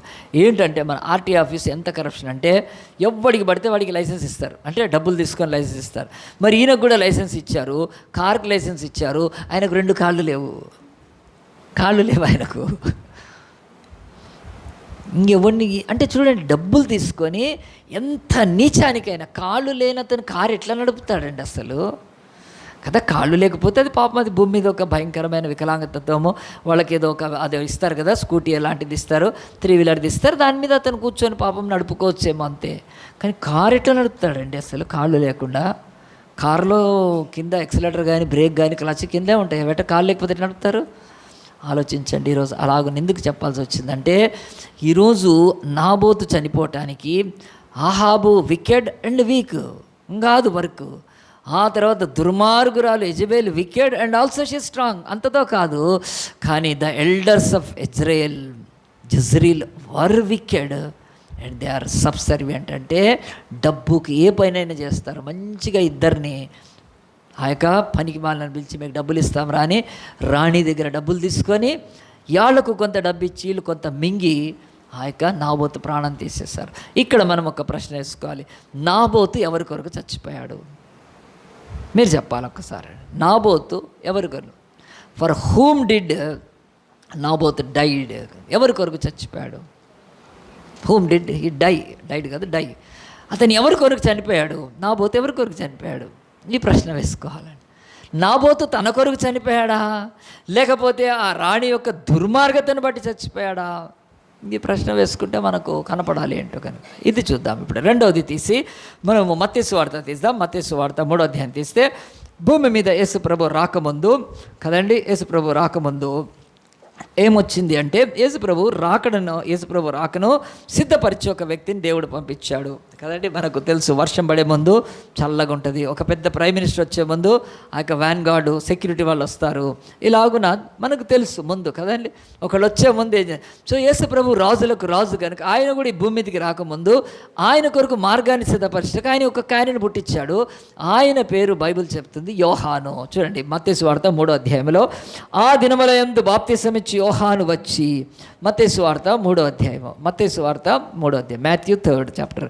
ఆ దినములందు బాప్తిసమిచ్చి యోహాను వచ్చి, పరలోక రాజ్యం సమీపించి ఉన్నది, మారు మనసు పొందుడని యూదయ అరణ్యములో ప్రకటించుచుండెను అని బైబిల్ చెప్తుందండి. కనుక ఈయన గురించి బాప్తిసమిచ్చి యోహాను ఎవరు అంటే, సింపుల్గా బైబిల్ చెప్తుంది, యేసు రాకముందు దేవుడు ఇతన్ని మార్గము సిద్ధపరచడానికి ఇచ్చేసారు. మనం కూడా ఆలోచించండి, మీరు వచ్చినాక కార్పెట్లు వేస్తారా? మీరు వచ్చేసి రాకముందే కార్పెట్లు వేసి ఉంటాయా? మీరు ఒకవేళ వచ్చినాక కార్పెట్లు వేస్తే మీరు ఎక్కడ నిలబడతారు? ముందే చేస్తారు. సో ప్రతిదీ కూడా సిద్ధపరుస్తారు. కనుక అలాగున్నే యేసు ప్రభు రాకడ కొరకు ఆయన ఎవరో బయలుపరచడానికి దేవుడు యెషయా గ్రంథములో రాయబడ్డ ఒక ప్రవక్తను పుట్టించాడు. ఇక్కడ తర్వాత మాట చెప్పబడింది చూడండి, ప్రభువు మార్గము సిద్ధపరచుడి, ఆయన త్రోవలు సరళము చేయుడని అరణ్యములో కేకవేయి ఒకని శబ్దం అని ప్రవక్తని యెషయా ద్వారా చెప్పబడిన వాడు ఇతడే. ఎక్కడ నుంచి చదువుతారండి? ఎవరైనా హెల్ప్ చేయండి. యెషయా గ్రంథం 43-4 వచనాల్లో, ఐజయా, బుక్ ఆఫ్ ఐజయా 40లో 3-4 వచనాలలో దేవుడు ఈ యొక్క యోహాను పుట్టక ముందే 100 సంవత్సరాల క్రితమే చెప్పాడు, నా కుమారుడైన యేసుక్రీస్తుని నీ లోకాన్ని ఆలకించుని అడవిలో ఒకడు ప్రకటించుచున్నాడు. ఎట్లనగా అరణ్యములో యెహోవాకు మార్గము సిద్ధపరచుకో, ఎడారిలో మా దేవుని రాజమార్గము సరళము చేయుడి, ప్రతి లోయను ఎత్తు చేయవలను, ప్రతి పర్వతమును ప్రతి కొండను అణచవలను, వంకరవి చక్కగాను కరుకైనవి సమముగాను. చాలా thank you, very good. Bible చెప్తుంది యేసుక్రీస్తు పుట్టక ముందు మనకు బైబిల్లో ఉంది, కన్యక గర్భవతి అయి కుమారుని కన్ను, అతనికి ఇమ్మానుయేలని పేరు పెట్టు, అతని భుజముల మీద ఆశ్చర్యకరుడు, ఆలోచకర్త, బలమైన దేవుడు, నిత్యుడు. ఇవన్నీ చెప్పితే అవన్నీ యేసుక్రీస్తులో నెరవేరినాయి. అలాగున్నే ఈ భూమి మీద యేసుక్రీస్తును మనకు బయలుపరచడానికి యూదులకు దేవుడు ఇంకొక ఆయన్ని పుట్టించాడు. వాళ్ళ యొక్క యోహాను యొక్క తల్లి తండ్రి పేరు చెప్పండి. ఎలిజబెత్, జకర్యా. వెరీ గుడ్ అండి. వాళ్ళు వృద్ధులు, చాలా వయసులో ఉన్నారు. వాళ్ళు యాజకులు, అంటే మందిరంలో పనిచేసే పూజారులు. ఇప్పుడు మన భారతదేశంలో పూజారులు, పాస్టర్లు అన్న అలాగున యాజకుడైన ఆ యొక్క జకర్యా ఎలిజబెత్ల యొక్క కొడుకే యోహాను. ఎందుకు పుట్టాడంటే ఈ భూమి మీద దేవుణ్ణి బయలుపరచడం. ఎవ్వరికి తెలియదు, యేసుప్రభు ఎవరు తెలియాలి కదా. కనుక ఆయనను పుట్టించినప్పుడు ఆయన యెరూషలేములో నుంచి ఆయన యోర్దాను నది మధ్యలో ఉండే అరణ్యంలోకి వెళ్ళిపోయాడు. అరణ్యంలోకి వెళ్ళి అక్కడ అరణ్యంలో వాక్యం చెప్తే ఎవరు వింటారండి? జంతువులే కదా, జంతువులు వినాల్సి వస్తుంది. అక్కడ ఎవరుంటారు? మనుషులు కాదు. అక్కడ అరణ్యంలో ఒక శబ్దాన్ని చెప్తున్నప్పుడు, అరణ్యంలో శబ్దానంటే అతడు చేస్తున్న ఆ యొక్క పనిని చూసి అనేకులు అరణ్యంలోకి వెళ్ళారండి. అరణ్యంలోకి వెళ్ళి ఏమన్నారు తెలుసా? నువ్వు క్రీస్తువా అంటే, నేను క్రీస్తును కాదు, నేను క్రీస్తును కాదు, నేను ఆయనకు ముందుగా పంపబడ్డ స్వరాన్ని మాత్రమే అన్నాడు. సో బైబిల్లో ఈ యొక్క భాగం ఒక శ్రేష్టమైందండి. ఇది నేను సూర్యాపేటలో 2017లో త్రివేణి ఫంక్షన్ హాల్లో ఆ యొక్క త్రివేణి ఒక యూత్ రిట్రీట్లో వాక్యం చెప్పి, ఇప్పటికీ నాకు ఆ వాక్యం అంతా నేను చెప్పిందే. దేవుడు బలంగా ఆ రోజు 106 మంది ఎంతమంది రక్షణలోకి వచ్చారండి. బోరు వర్షం కూడా పడింది. ఆ రోజు వినాయక చవితి ఏదో ఉండింది, పండుగ రోజు. ఇక్కడ నుంచి మేము చాలామంది వెళ్ళి మంచి యూత్ రిట్రీట్ జరిగించాం. నాకెందుకు ఇప్పటికీ గుర్తుంటుందంటే, నేను ఆ రోజు యోహాను గురించి బెస్ట్ మెసేజ్ అండి దేవుడు ఆయన నాతో మాట్లాడే, నాకే అంత మంచిగా అనిపించింది. ఎందుకంటే ఈ భూమి మీద మనుష్యులు చూచి నమ్ముతారు, అంటే ఏదైనా కనిపిస్తే ఏదైనా, కానీ దేవుడు అన్నాడు చూచి నమ్మితే విశ్వాసం కాదు, చూడక నమ్మితేనే విశ్వాసం అని. మరి దేవుడు అన్నాడు ఈ లోకములో దేవుడు కనపడడు, అదృశ్యుడు. ఆయన అట్న నమ్మితేనే దేవుడు అని ఆయన విశ్వాసం. దానికి పెద్ద ఉదాహరణ ఇదండి. మీరు ఈరోజు వరకు ఒక శబ్దాన్ని ఫోటో ఎవడైనా తీసాడా? శబ్దాన్ని రికార్డ్ చేయొచ్చు మనం, we can record the sound, but can we take a picture? తీసుకోగలుగుతామా? ఇప్పుడు నేను మాట్లాడుతుంటే నా ఫోటో తీయండి, నా వాయిస్ తీస్తారా అండి? మనం వాయిస్ ఎప్పుడూ కనపడదు, వాయిస్ ఎప్పుడు వినిపిస్తుంది అంతే, ఎప్పుడూ కనపడదు వాయిస్.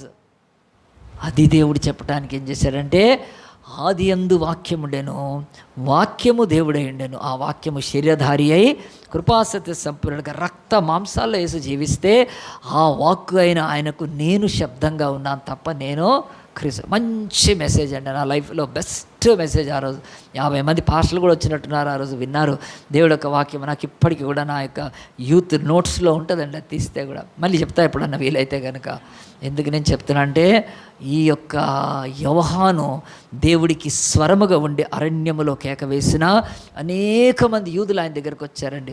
వచ్చి నువ్వు క్రీస్తువు కాదా అంటే, మరి ఎందుకంటే మీరు మారు మనసు పొందండి, మీరు లేకపోతే నశించిపోతారు, దేవుడి రాజ్యం సమీపించింది, యేసుప్రభు వచ్చేసేస్తున్నాడు, ఆయన రాజ్యం సమీపించింది కనుక ఆయన రాజ్యంలో మీరు ఉండాలంటే మారు మనసు పొందాలి, మీ పాపాలు ఒప్పుకోవాలి, మీరు పశ్చాత్తాపడాలి. ఈ దిక్కు మాలిన ఈ యొక్క వేషధారణ బ్రతుకంటే అప్పుడు శాస్త్రులు పరిచయులు అందరూ వచ్చి అడిగారు, మేమేం చేయాలంటే మీరు వేషధారణ వదిలిపెట్టండి, దొంగ మతం వదిలిపెట్టండి. పాపం సైనికులు వచ్చారు, మేమేం చేయాలంటే మీరు ఎవరిని పడితే వాళ్ళని శిక్షించారు. పోలీసు వాళ్ళు వచ్చారు, వాళ్ళని అడిగితే మీరు ఎవరి దగ్గర వాళ్ళ దగ్గర డబ్బులు అన్యాయంగా అందరికీ చెప్తూ ఉన్నప్పుడు ఆ దేవుని ఆత్మ ద్వారా అనేకులు మారుతున్నారండి. మారినాక ఏం చేసేవాళ్ళు? అక్కడ నీళ్ళలో బాప్తిసం తీసుకుంటూ ఉండేవాళ్ళు. కనుక ఆయన అప్పుడు అడిగారు, నువ్వు బాప్తిసం ఇస్తున్నావు? నేను ఇస్తున్నా, నేను నీళ్ళతో ఇస్తున్నా, నా వెనక వచ్చేవాడు ఆత్మలో మీకు బాప్తిసం ఇస్తాడు, he can give the Holy Spirit, నేను కాదు అని చెప్పి చక్కగా చెప్తున్నప్పుడు ఒకానొకనాడు యేసుప్రభు వస్తూ వచ్చేసాడు. అప్పుడు అతను అన్నాడు, ఇదిగో లోక పాపంలో మోసుకొని గొరిపోయి దేవుని గొర్రెపిల్ల. అలాగూ నా కొండల మధ్యలో లోయల మధ్యలో ఉంటుంది యోర్దాను నది. కనుక మనం ఇజ్రాయెల్ దేశానికి వేస్తే చూడొచ్చండి, అది చాలా బాగుంటుంది అక్కడ. అలాగూ యేసుప్రభు కొండ దిగుతున్నాడేమో చూశాడు, లోక పాపములను మోసుకొని పోవు దేవుని గొర్రెపిల్ల ఇతడే అని జనులకు ప్రకటించాడు. అలాగూ యేసుప్రభు వచ్చిన తర్వాత యేసుప్రభుని చూసినాక అతను అన్నాడు, యేసయ్యా నీకు నేను బాప్తిసం ఇవ్వడం ఏంటి అంటే, అప్పుడు యోహాను యేసుప్రభు అన్నాడు, కాదు నీతి యావత్తి లాగున నువ్వు నేను మీలో ఒకటి వంటి వాళ్ళలాగా ఉండటానికి లోక పాపాన్ని మట్టానికి అని చెప్పి ఇక్కడ యోహాను తగ్గించుకుంటే యేసు తగ్గించుకుంటే దేవుడు అంటున్నాడు, ఇలాంటి యొక్క తగ్గింపు కలిగిన వారి ద్వారా నేను ప్రపంచాన్ని జయిస్తానని చెప్పి సాత్వికులు ధన్యులు వారు భూలోకమును ఎంత తగ్గించుకున్నారు. యోహాను కూడా ఆయన కాళ్ళ చెప్పుల వారిపటానికి పనికిరాను నేను, అన్నాడు. మరి ఆయన ఎట్లాంటి లైఫ్ జీవించాడు? దేవుని యొక్క వాక్యంలో చూడండి, ఇక్కడ దేవుని యొక్క వాక్యము 3వ అధ్యాయంలో 4వ వచనంలో, ఈ యోహాను ఒంటె రోమముల వస్త్రమును మొల చుట్టూ తోలు దట్టియు ధరించుకున్నవాడు, మిడతలను అడవి తేనెయు అతనికి ఆహారము. కనుక ఏం కట్టుకున్నాడండి? ఒక తోలు దట్టిదాడు. అంటే సింపుల్గా, అప్పుడు వస్త్రాలు లేక కాదు, రాజవస్త్రాలు ఉన్నాయి, బంగారు వస్త్రాలు కూడా ఉన్నాయి, అప్పుడు రాజ్యం ఉంది. అవేవి కాక ఒక తోలు కట్టుకున్నాడు, మిడతలు తింటున్నాడు. కనుక ఇవి ఎవరికేనంటే మీకు అందరికి కాకపోయినా సేవకులకు. కనుక మాలాంటి సేవకులు కుక్కల్లాగా తింటూ ఉంటే అది ఎట్లా ఉంటుందండి? ఒక సేవకుడికి వెళ్ళి ఆయన ఇంట్లో అన్నం తినకుండా వచ్చేసాడండి. ఎందుకంటే ఆమె చికెన్ వండలేదు, ఓన్లీ ఎగ్గే వండిందంట. చూడండి సేవకులకు ఈరోజు ఎట్లా పరిస్థితులు. సేవకులు ఉపవాసం ఉంటే వాడు సేవకుడు, తింటే సేవకుడు కాదు. ఎవడైనా తింటాడు ఈ లోకంలో కదండి. మరి దేవుడు నాకు ఇచ్చిన కృప, నాకు అసలు తిండి మీద అసలు ఉండదు. కానీ ఎన్నోసార్లు చూస్తే నాకు ఎంత బాధ అనిపిస్తుంది, పాస్టర్లు కుక్కల్లాగా తింటారు. వాళ్ళకి పెట్టడం తప్పు లేదండి, సేవకులు కనుక పెట్టాలి, సేవకులు కనుక వారిని గణపరచాలి, సేవకులు కనుక. కానీ ఆ తిండికి ఆతురపడితే దేవుడు యెహెజ్కేలు అన్నాడు, నా కాపరులు తిండికి ఆతురపడు కుక్కలు అని తిట్టాల్సి వచ్చింది దేవుడు. అట్లా తయారైపోయారండి ఇప్పుడు అంత్యకాలంలో. కనుక తిండి తిండి తిండి కనుక బైబిల్ చెప్తుంది, ఈయన ఏం తింటున్నాడండి? మిడతలు, కొంచెం తేనె, బట్టలేంటి? కనుక దేవుడు అందుగురించి యేసుప్రభు ఆయన దగ్గర పోయి బాప్తిసం తీసుకున్నాడు. గుర్తుపెట్టుకోండి, మనం ఎవరి దగ్గర బాప్తిసం తీసుకున్నాడు? సేవకుడు సరైనవాడు ఉండాలి. కానీ పనికి మాలిన సేవకులు అయితే, దొంగలు అయితే కదా, వాళ్ళ దగ్గర తీసుకోకూడదు బాప్తిసం. అసలు తెలియక జరుగుతుందండి, వదిలేసేయండి అది. కానీ బైబిల్ అయితే చెప్తుంది, యేసు ప్రభు ఎవరి దగ్గర బాప్తిసం తీసుకుంటున్నాడు? ఆ యోహాన్లో ఎంత దేవుని ఆత్మ, పరిశుద్ధాత్మ నిండి ఉన్నాడండి. తిండి కూడా మామూలు తిండి తింటున్నాడు. దాదాపుగా సేవకులు ఉపవాసంతో ఉండే బతకాలండి ఈ లోకంలో. కనుక దేవుని యొక్క వాక్యం చెప్తుంది, ఎట్టి పరిస్థితుల్లో యోహాన్ అలాంటి సేవ చేస్తూ మంచిగా యేసుప్రభువును బయలుపరిచినప్పుడు, ఇలాగున్న కాలంలో యేసుప్రభు బాప్తిసం తీసుకొని వెళ్ళి సేవకు వెళ్ళిపోయాడు. ఈ యొక్క యోహాను కూడా సేవ చేస్తున్నప్పుడు అప్పుడు ఒక ఇన్సిడెంట్ జరిగింది యోహాను కాలంలో. అదేమిటంటే, నేను ఇందాక చెప్పాను కదా, ఇశ్రాయేల్ దేశానికి ఒకనాడు, క్రీస్తు కంటే ముందు కదండి, ఆ యొక్క దావీదు తర్వాత ఆ కాలంలో నాబోతు కాలము, లేకుంటే ఆ యొక్క ఆహాబు కాలంలో ఉన్నట్టుగా ఒక రాజు ఇశ్రాయేలుకు. ఇప్పుడు యోహాను కాలంలో కూడా ఒక రాజు ఉన్నాడు, వాడి పేరు హేరోదు. మీరు హేరోదు ప్రభు, ఆ హేరోదు పేరు క్రిస్మస్ స్టోరీలో అంటారు కదా. హేరోదు అనేవాడు అప్పుడు రాజు. ఇప్పుడు మనకు రేవంత్ రెడ్డి ఎట్లా కదండి సీఎం, అలాగనే ఆనాడు ఇశ్రాయేలుకు హేరోదు అనే ఒక రాజు ఉన్నాడు. ఆ రాజు ఉన్నాడు, వాడి భక్తిహీనుడు, వాడు చెడ్డోడు, వాడు ఏమీ కాదు. కానీ ఆ రాజు చేసిన ఒక పనికి రెస్పాండ్ అయ్యాడు, ఈ యోహాను రెస్పాండ్ అయ్యాడు. ఇప్పుడు కూడా చూడండి, ఎవరైనా చేస్తే ఏం చేస్తారంటే, విలేకరులు పోయి ఏం చేస్తారంటే, ఇట్లా జరిగింది కదా మీ అని ఏం చేస్తారంటే, పోయి మీ ఉద్దేశాన్ని చెప్పండి, మీ స్పందన ఏంటి అని అడుగుతారు. నాయకులను అడుగుతారండి, అందరిని అడిగారు కదా. ఇప్పుడు ఖుమేనీని చంపేసేశారు, అయతుల్లా ఖుమేనీని, అమెరికా వాళ్ళు, ఇజ్రాయెల్. కనుక సకల ప్రపంచ దేశాల్లో నాయకులు దాన్ని ఖండించారు. కొంతమంది ఖండించలేదు. ఏదో ఒకటి మోడీ గారు కూడా మనకేం మాట్లాడు, ముయ్యమం కూర్చున్నాడు, నీ అసలు రెస్పాన్స్ చేయలేదు కనుక, కనీసం ఖండించలేదు కనుక. మరి అట్లా చాలాసార్లు నాయకులు స్పందించాలి కదండి, ఇది దేని గురించి అని స్పందించాలి. ఈరోజు రాజకీయ నాయకులు వీళ్ళంతా స్పందిస్తారు కదండి. ఇప్పుడు ధరలు పెరిగిపోయినాయి, గ్యాస్ దొరకట్లేదంటే ఎవరు స్పందిస్తారు కదండి కదా. ఒక నాయకులు స్పందించాలి, వాళ్ళు పోరాడాలి, ప్రతిపక్షం వాళ్ళు. అట్లనే ఈ హేరోద్ అనే రాజు ఒక పని చేశాడండి. ఏం చేశాడంటే, అతనికి ఒక సహోదరుడు ఉన్నాడు, ఫిలిప్ అని ఒక ఆయన ఉన్నాడు, బ్రదర్స్ వాళ్ళు. ఆ యొక్క పెద్ద హేరోద్కి వీళ్ళు నలుగురేమో కొడుకులు. దాంట్లో హేరోద కొడుకు ఇంకొక ఫిలిప్పుకు ఒక భార్య ఉంది ఆయనకు. అతని పెళ్ళి అయిపోయింది, ఆమె పేరు హేరోదియా. ఆమెను చూసి ఏం చేశాడంటే, ఈ యొక్క హేరోదియా ఈ పెళ్ళైన హేరోదుతో, ఈ పెళ్ళై హేరోదై రాజుగా ఉన్న ఇతడు తన సహోదరుడి భార్య మీద కన్నేసినాక వాళ్ళిద్దరు అక్రమ సంధం పెట్టుకొని, ఆ తర్వాత హేరోదు రాజు ఏం చేశాడు, తన భార్యను వదిలి పారేసేసాడు. పొరుగు ఒక ఆమెను చేసుకున్నాడు, ఆమెను వదిలేశాడు. ఆ తర్వాత తన సహోదరుడి యొక్క భార్య లేచిపోయి వచ్చేసింది, మరి బావ దగ్గరకు వచ్చేసిందే బావ. ఎంత దుర్మార్గం. అప్పుడు దేశంలో ఎవరు స్పందించాలి? ప్రధాన యాజకుడు, పెద్దవాళ్ళు ఉంటారు, న్యాయాధిపతులు. ఇది తప్పు రాజా, నువ్వు రాజ్యానికి రాజు అయ్యుండి, రాజ్యమంతా నీ విషయం తెలుస్తుంది కనుక నువ్వు ఇట్లా ఉండొచ్చా? నీ సొంత సహోదరుడి భార్యను పెళ్లి చేసుకోవచ్చా? వాడిని వదిలిపెట్టేసేసి కదండి, నీ సహోదరుడికి దోహం చేస్తున్నావు, దేవుడి ధర్మశాస్త్రానికి ఇది లేవు, ప్రజలకు నువ్వు మాదిరిగా లేవు, ఇదేంటి ఇది అని చెప్పి ఎవరైనా స్పందించాలా లేదా అండి కదా. ఇప్పుడు పవన్ కళ్యాణ్ మ్యారేజ్ గురించి స్పందించాలా లేదా ఎవరైనా? స్పందిస్తే ఎట్లా అండి? ఆ యొక్క పిచ్చి మొహాలు కనుక కదా. అసలు అతన్ని ఎందుకు వెంబడిస్తారో పాపం ఆంధ్ర వాళ్ళలో ఉండే వాళ్ళకి అనేకులకైతే తెలియదు. అసలు ఫస్ట్ నాయకుడి లైఫ్ సరిగ్గా ఉండాలి కదండి. మళ్ళీ అవి పర్సనల్ లైఫ్ అంటారు. ఓహో పర్సనల్ లైఫా, మాకు తెలియట్లేదు అది పర్సనల్ లైఫ్ అని. 2 3 పెళ్ళిళ్ళు చేసుకోవడం, ఎంత దరిద్రం అండి. కనుక బైబిల్ చెప్తుంది, ఎవ్వరు స్పందించకపోయినా ఆనాడు దేవుని కొరకు నిలబడ్డ అగ్నిలాగా మండుతున్న ఏలియా ఆత్మ కలిగిన యోహాను ఏమన్నాడు తెలుసా? హేరోదు, నువ్వు మంచి పని చేయట్లేదు ఈ దేశంలో, నువ్వు పాపివి, నీ సొంత బ్రదర్ ఫిలిప్ భార్యను తెచ్చి ఇంట్లో పెట్టుకొని పెళ్లి చేసుకుంటావా? ఇది తప్పు కదా ఇది అని చెప్పే వరకు ఇప్పుడు ఎవరు మాట్లాడినా అది వైరల్ కాదు. నాయకులు మాట్లాడితే ఏమవుతుందండి, ఇది వైరల్ అవుతుంది. కానీ యోహాను మాట్లాడే వరకు దేశమంతా వైరల్ అయిపోయింది. అది యోహాను ఇట్లా అన్నాడంట. అవును, మన ఆయనగాకి ఎవరంటారు? ఆ తర్వాత ఆయనంగానే ఏమైపోయింది, యోహాను శత్రువు అయిపోయాడు. ఎవరికి?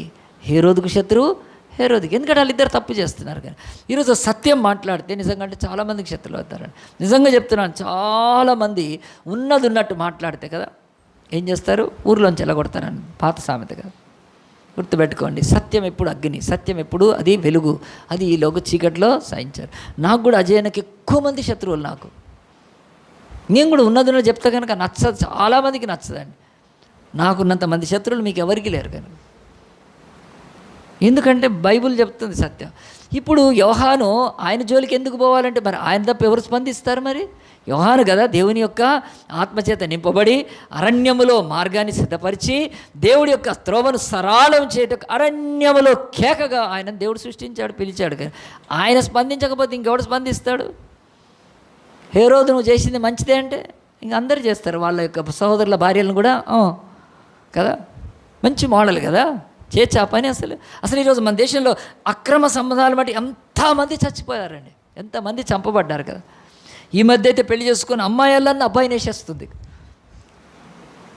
భయపడుతున్నారు ఈరోజు అబ్బాయిలు పెళ్ళికి. ఒకప్పుడు అమ్మాయిలు భయపడేవాళ్ళు, ఇప్పుడు అస్సలు లేదు వాళ్ళకి. రారా అంటున్నారు అంతే. డ్రమ్ ఉంది, ఫ్రిడ్జ్ ఉంది.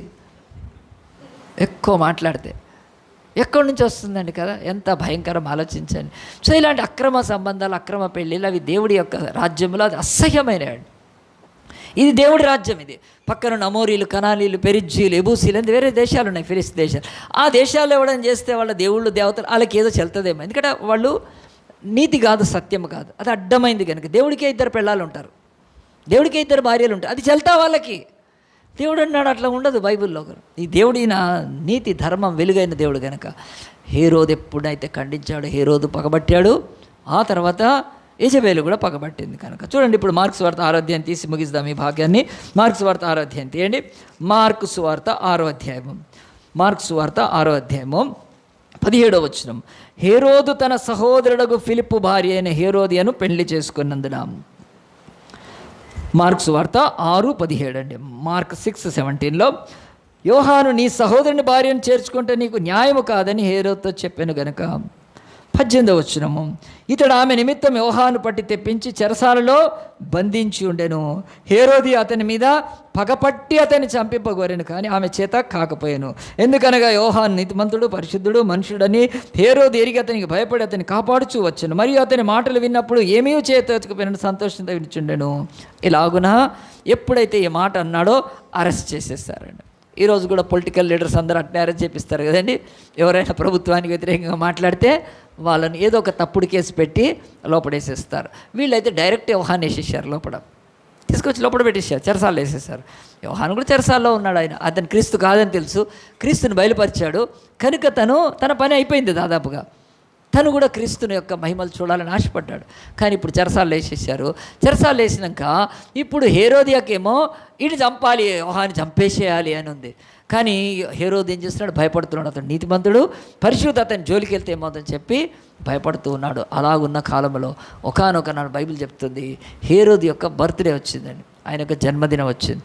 అప్పుడు ఆ జన్మదినానికి ఏం చేశారంటే ఈ హేరోదు తన సహస్రాధిపతులను, తన అధికారులందరినీ పిలిచి పెద్ద విందు చేపించాడు. ఆ విందు చేపించిన తర్వాత ఆ విందులో ఏం చేశాడంటే అతడు ఈ యొక్క హేరోదికి కూతురు కూడా ఉంది, ఆమె పేరు సలోమి, వచ్చి డ్యాన్స్ చేసిందండి. అంటే చాలాసార్లు బర్త్డే పార్టీలో ఏముండాలని చెప్తుంది ఈ యొక్క హేరోదు, ఏమన్నాడు, ఐటమ్ సాంగ్ ఉండాలని చెప్తుంది. ఐటమ్ సాంగ్ పెట్టించాడండి. ఎంత దరిద్రం చూడండి. ఇప్పుడు కాదండి, 2000 సంవత్సరాల క్రితమే ఐటమ్ సాంగ్స్ ఉన్నాయి కదా. మనోళ్ళు టాలీవుడ్, బాలీవుడ్ ఇప్పుడు తెస్తున్నారు. కానీ అప్పట్లోనే డ్యాన్స్ ఫుల్గా, బర్త్డేలో ఫుల్ డ్యాన్స్ వేస్తుంది అమ్మాయి. సిగ్గు మాలినది అది. ఎందుకంటే తన తల్లి అది హేరోదియా, అది సిగ్గుమాలింది కనుక దాని కూతురు కూడా అంత సిగ్గుమాలిందే.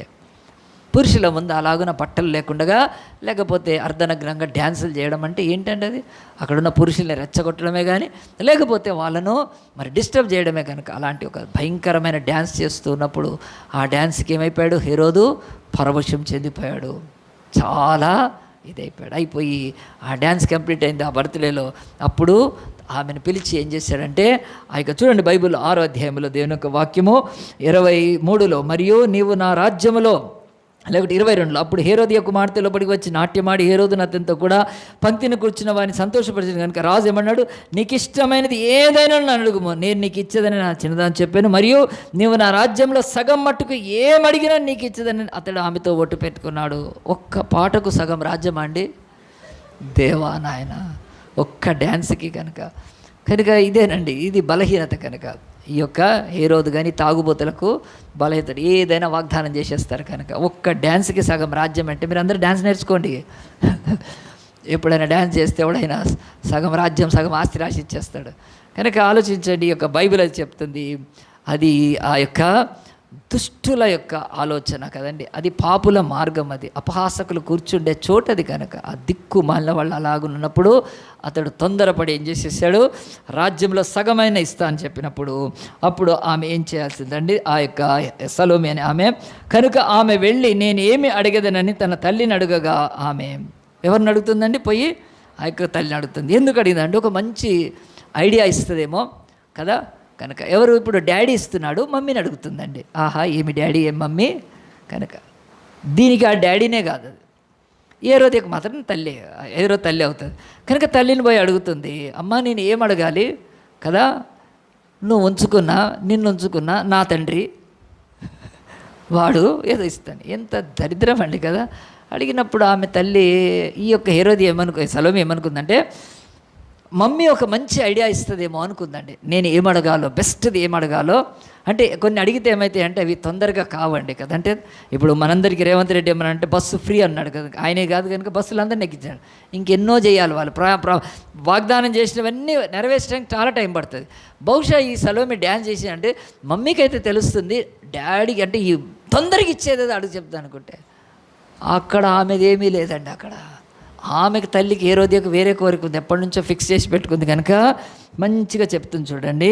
ఏమనంటే ఆమె అంటుంది 24 నేనేమి అడిగేదనని తన తల్లిని అడగగా ఆమె 24 బాప్తిసం ఇచ్చి యోహాను తల అడుగుమనెను. ఈ కొబ్బరికాయ, ఇది గుమ్మడికాయ, ఎంత భయంకరం అండి. కానీ అంటే హేరోదియా పగపట్టి దుర్మార్గంగా, పాత నిబంధనలో యెజబేలును చూస్తున్నాం మనం. యెజబేలు దుర్మార్గురాలది, నాబోతు ప్రాణం రక్తము తాగింది అది. ఈరోజు వరకు ఉన్నారు అట్లాంటి వాళ్ళు. కనుక ఈ దుర్మార్గురాలికి నా పర్సనల్ లైఫ్ గురించి, నేను నా మొగుడిని వదిలిపెట్టి ఈడు దాని పెళ్ళాన్ని వదిలిపెట్టి మేమిద్దరం కూడా ఉంటే ఈ యోహానుకు మధ్యలో ఏంటి, ఆయన ఏమన్నా ఉంటే ఏం చెప్పుకోవాలి, ఆ వాక్యం మీద చెప్పుకొని మీటింగులు పెట్టుకొని తిరగాలి, బాప్తిసాలు ఇచ్చుకొని. కానీ మా విషయం ఏంటి అని ఒక పగబట్టి అది ఎప్పటి నుంచో చంపాలనుకున్నప్పుడు ఒక బర్త్డేని అకేషన్గా తీసుకొని ఆ యొక్క విందు పెట్టించి, ఆ విందులో డ్యాన్స్ పెట్టించి, ఆ డ్యాన్స్ తర్వాత తెలుసు తన మొగుడు డ్యాన్స్ అవి చూస్తే మాత్రమో వాడు ఏదో ఒకటి ఇచ్చేస్తాడు, ఇవన్నీ తెలుసు, ప్రీప్లాండే చేసి ఏం చేసిందంటే కుట్రతోటి రెడీగా ఉంది తల అడగటానికి.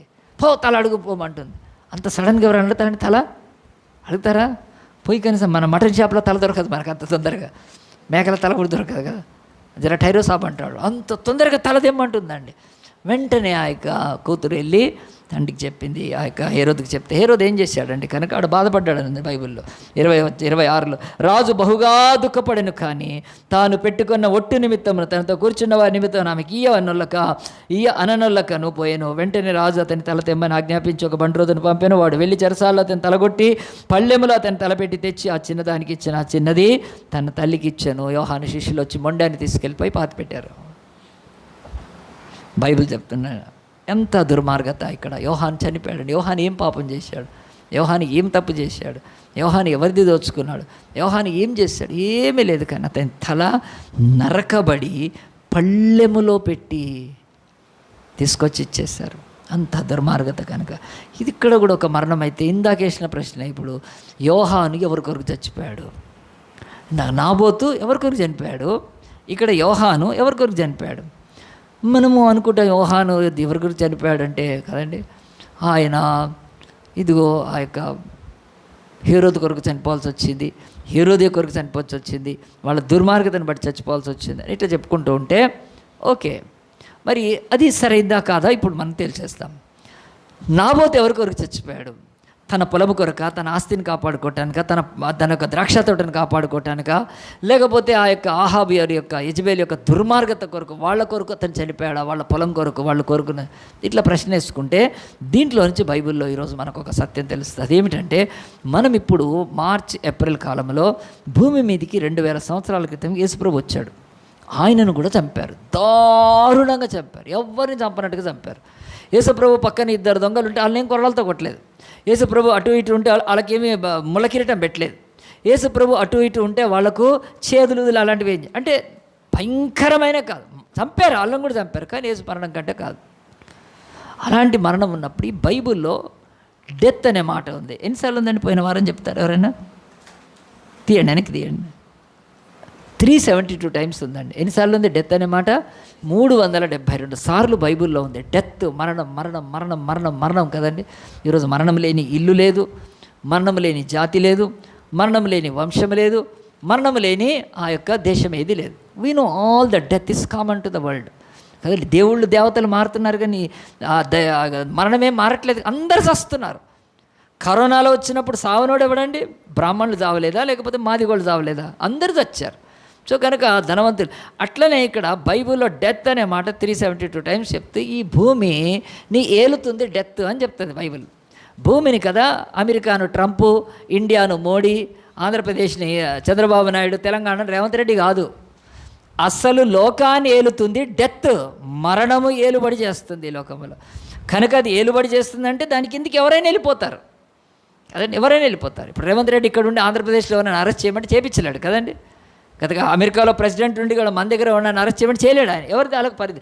కానీ మరణం మాత్రం అది భూలోకాన్ని ఏలుతూ ఉంది, ఎవరినైనా తీసుకుపోద్ది అది. అంటే దానికి ముందు ఎవరు ఏలడం అంటే అదే. కానీ కనుక డెత్ అనే మాట ఉంటే. రెండవది కిల్డ్ అనే మాట 223 టైమ్స్ ఉందండి బైబిల్లో. 223 సార్లు చంపడము ఇంగ్లీష్లో వాటి కిల్లింగ్స్ అని ఉంటుంది.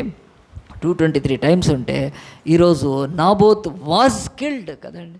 Even John the Baptist was killed. ఇద్దరిని చంపి పారేసేసారు.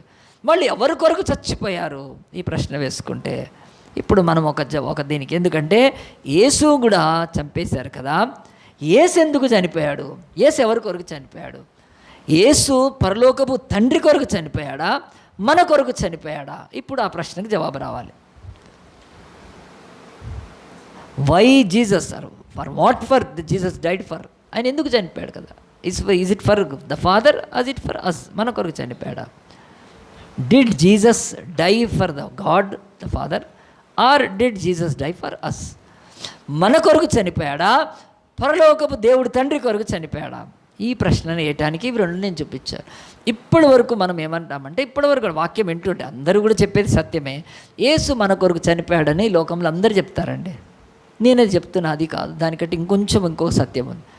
యేసు మన కొరకు చనిపోయాను, మన పాపంలో చనిపోయాను, మన నిమిత్తం చనిపోయాను, మన స్థానంలో చనిపోయాను, మన కొరకు రక్తం కాదు. ఇదే కదా సువార్త, ఇదే కదా ప్రపంచానికి అంతటికి. అదే మారదు, అది ఎప్పటికొకటే అని చెప్తుంటే బైబిల్లో ఈరోజు మీరు ఈ యొక్క మార్చ్ ఏప్రిల్లో యేసు ప్రభువు ఆ యొక్క సిలువ వేసిన దినం వస్తుంది.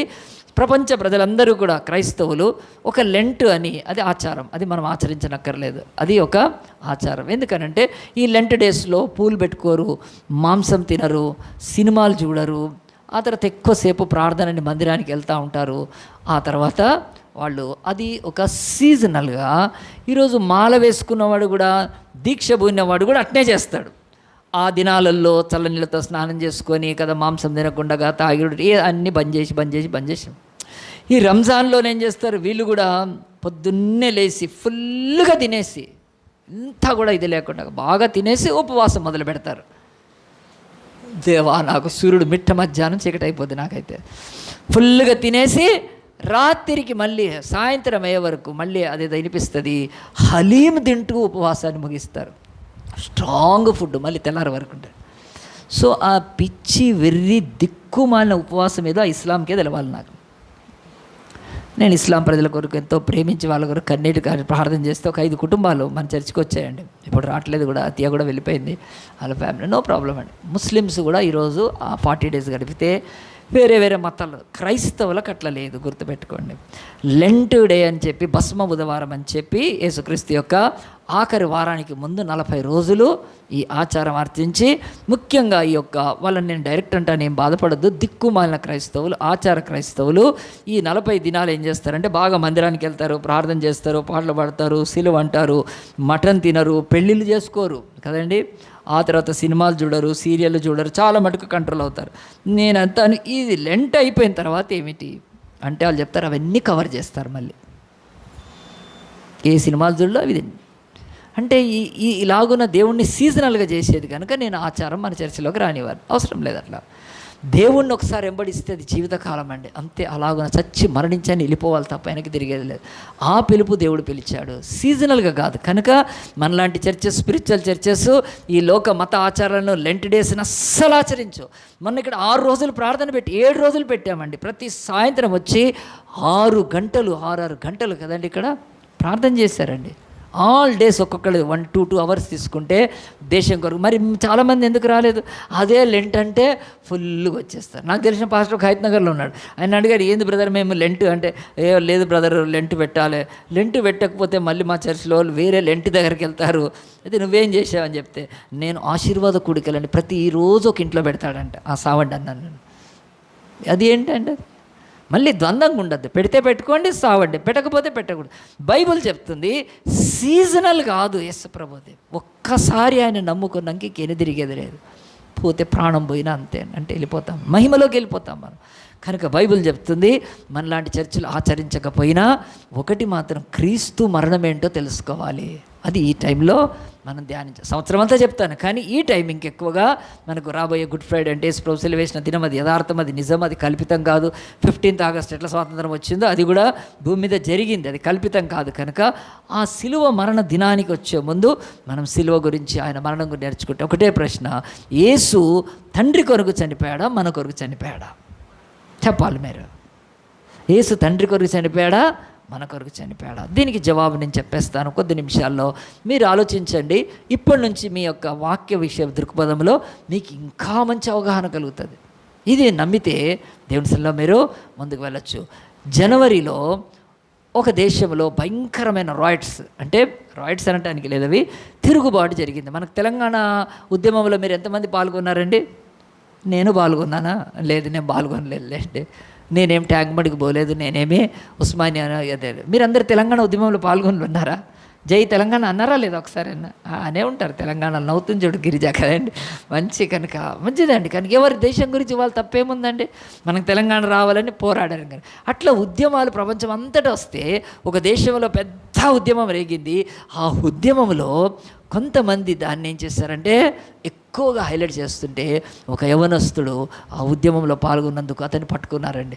పట్టుకొని ఏం చేశారు తెలుసా అండి, వాళ్ళ క్రిమినల్ కోర్టుకు అప్పచెప్పారు. అప్పచెప్పినప్పుడు అతని మీద ఏం చేశారంటే నేరం మోపుతున్నారు. నీవు ఈ దేశం యొక్క ప్రభుత్వాన్ని వ్యతిరేకిస్తున్నావు, నువ్వు మామూలుడివి అయితే కాదు, నువ్వు ఈ దేశంలో రెజ్లింగ్ అంటే ఆ కుస్తీ పోటీల్లో ఒక ఛాంపియన్ లాంటి వాడు అనమాట. వాళ్ళ దేశానికే రిప్రజెంట్ చేసే 19 years మహమూద్ అని ఏదో పేరుంది, అతను చేస్తే అతన్ని ఏం చేశారు తెలుసా అండి, నిన్న బహుశా మొన్న అంటే టైం కరెక్ట్గా తెలియదు కానీ వచ్చేసింది, నిన్నటి నుంచే వచ్చేస్తుంది, బాహాటంగా ఉరిదీసి చంపేశారండి. పాపం యవ్వనస్తుడు 19 years, దేశం కొరకు మంచి రెజ్లర్, పోతే ఎన్ని మెడల్స్ వస్తాయి. కనుక కేవలము జనవరిలో ఇరాన్ అనే దేశంలో తెహరాన్ అనే ఆ యొక్క ముఖ్య పట్టణంలో, బహుశా అక్కడ కానీ వేరే సిటీ ఉండొచ్చు అని జనరల్గా చెప్తున్నాను, ఉద్యమం చేశారండి. మనం జై తెలంగాణ అని అందరూ పోలేదా అండి? కాలేజీల్లోంచి బయటికి వెళ్ళారు, స్కూల్లో వదిలేశారు. ఎంత గొడవ కదగా అప్పుడు, అసలు పిచ్చ గొడవ. అసలు ఆ 2 సంవత్సరాలు ఆ తెలంగాణ ఇదంతా ఆగిపోయింది కదా. అలాంటి ఉద్యమాలు అంతటా జరుగుతాయి. కానీ ఆ అబ్బాయి కూడా ఏం వెళ్ళాడు, ఉద్యమంలో వెళ్ళి ఏం చేశాడు, ఈ ప్రభుత్వానికి వ్యతిరేకంగా నినాదాలు చేశాడు. అవసరం లేదు మాకు ఇక, వాళ్ళ గవర్నమెంట్ పేరు అలాగా, ఆ యొక్క రెజీమ్ పేరు IRGC కదా, ఇరాన్ యొక్క రెవల్యూషనరీ గాడ్స్ కాప్స్ అని వాళ్ళు పరిపాలిస్తున్నారు. కనుక వాళ్ళకి ఇష్టం లేదండి, ఎవడైనా ఈ అధికారానికి వ్యతిరేకంగా ఉంటే వాడిని నిర్దాక్షిణంగా చంపేస్తారు వాళ్ళు. ఇప్పుడు అందు గురించే ట్రంప్ కానీ ప్రపంచ దేశాలన్నీ అలాంటి దరిద్రపు రెజీమ్ అక్కడ మారాలని కోరుకుంటున్నారు. అక్కడ ప్రజాస్వామ్యం రావాలనుకుంటారు. మనం ఎట్లా ఓటేసి మన అధికారులను ఎన్నుకుంటామో ప్రతిదానికి కోర్టుకు వెళ్ళగలుగుతాం, ప్రతిదానికి పోలీస్ స్టేషన్కి వెళ్ళగలుగుతాం, ప్రతిదానికి ఒక రిప్రజెంటేషన్ ఇచ్చుకుంటాం. స్వాతంత్రం, అంత స్వాతంత్రం ఉంది ఇక్కడ. అక్కడ నో ఫ్రీడమ్. అక్కడ అమ్మాయి హిజాబ్ కట్టుకోకపోతే చంపి పారేస్తారు, తీసుకుపోయి చెరసాల్లో వేసేస్తారు. అలాంటి ఒక క్రూరమైన ఆ యొక్క మృగ పరిపాలన, అక్కడ డిక్టేటర్షిప్ లాంటిది ఖుమేనీని బట్టి ఉంది. ఆయన లేపేశారులేండి. ఇక తర్వాత కూడా ఆ దేశంలో ఈ యొక్క తిరుగుబాటు ద్వారా ఇప్పుడు మనం అందరం ఉద్యమం చేస్తే తెలంగాణ వచ్చింది, తెలంగాణ రాష్ట్రం వచ్చింది, తెలంగాణకు ఒక సింబల్ వచ్చింది, తెలంగాణకు అన్నీ మారిపోయినట్టే. వాళ్ళు మార్పు కోరుకుంటున్నారండి. ఆ దేశ ప్రజలు విసిగిపోయారు కనుక ఈఆర్ చేసనే ఈ ఇస్లాం మతం కింద ఉండే ఆ నీచమైన అణిచివేసే పరిపాలనకు వాళ్ళు తట్టుకోలేకపోతున్నారు అస్సలు కూడా. కనుక అలాంటి ప్రజల్లో పాపము ఆ దేశంలో కూడా అథ్లీట్ అంటారు కదండి, ఒక స్పోర్ట్స్లో ఉండే ఒక అబ్బాయి మహమ్మద్ అని అతను 18 ఏళ్ళు.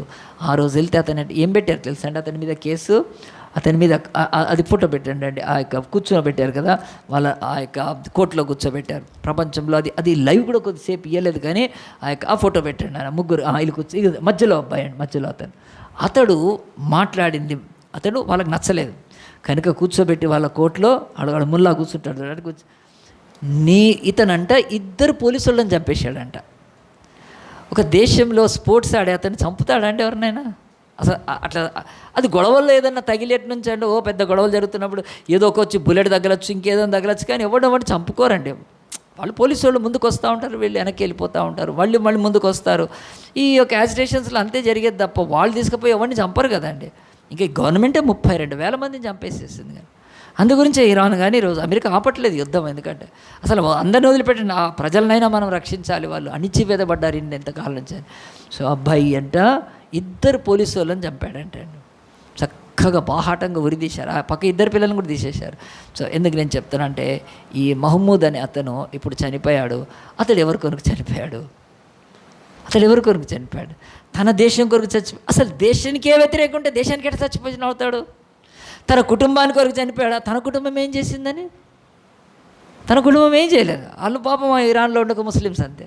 వాళ్ళ కుటుంబం కొరకు చనిపోయాడంటే పోయి ఏదో వాళ్ళ కుటుంబాన్ని కాపాడటానికి, వాళ్ళ కుటుంబాన్ని రక్షించడానికి ఏమీ కాదు కదండి.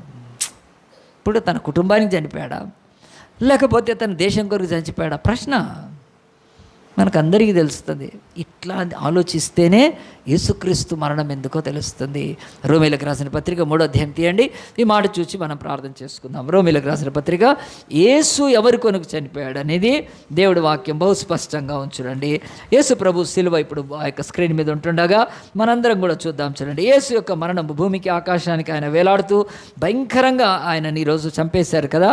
ఈ భూమి మీద అన్యాయపు తీర్పునంది.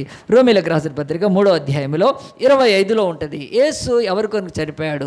పరలోకపు తండ్రి కొరక, మన కొరక? ఈ ప్రశ్న వేసుకుంటే పూర్వము చేయబడిన పాపములను దేవుడు తన ఓరిమి వలన ఉపేక్షించినందున ఆయన తన నీతిని కనపరచవలెనని క్రీస్తు యేసు రక్తమునందలి విశ్వాసం ద్వారా ఆయనను కరుణాధారముగా చాలమ్మ. ఈ ఒక్క 2 మాటలతో తెలుస్తుంది.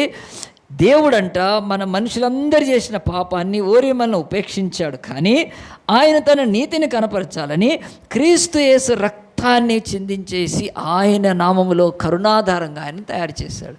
బైబిల్లో ఈ యొక్క మాట మీరు అక్కడ మాట తెలుగులో చాలా పదము కానీ దాని వాక్యం కానీ డీప్గా ఉంటుంది. నేను ఎక్స్ప్లెయిన్ చేస్తే అర్థమైపోద్ది. ఒకటే గుర్తుపెట్టుకోండి, ఈ భూమి మీద మనుషులందరూ పాపం చేస్తే ఆ పాపముల నిమిత్తము ఒక అతను చనిపోవాలంటే దేవుడు క్రీస్తుని నిర్ణయిస్తే క్రీస్తు తన తండ్రి కొరకు చనిపోయాడండి. మీరందరూ అనుకుంటున్నారు మన కొరకు.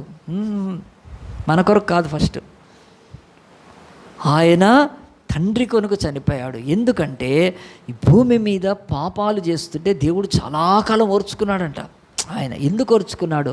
అలాంటి ఓర్చుకున్న దేవుడు పాపాన్ని అంగీకరిస్తున్నాడా? పాపాన్ని చేయమని చెప్తున్నాడా? పాపాన్ని సహకరిస్తా? కాదు కాదు కాదు. పాపం చేసే ప్రతివాడు కూడా పైన 3:23 ఏం చెప్తుందండి? ఏ భేదమును లేదు, అందరూ పాపం చేసి దేవుడు అనుగ్రహించి మహిమనంటే ఆయన మహిమను మసకబార చేసేసారు. పాపం చేసినప్పుడల్లా మనిషి ఎవరిని ఇచ్చేస్తారండి? దేవునికి వ్యతిరేకంగా చేస్తాడు, దేవుని యొక్క మహిమను ఇచ్చేస్తాడు. కనుక అందు గురించే మీరు బైబిల్లో తీయనక్కర్లేదు, కానీ బైబిల్లో ఈ యొక్క ఆదికాండంలో 42-47 మధ్యలో ఒక అతని గురించి ఉంటుందండి. ఏంటో తెలుసా? యోసేపును పోతిఫర్ భార్య వచ్చి శోధించినప్పుడు అప్పుడు యోసేపు ఏమంటాడు తెలుసా?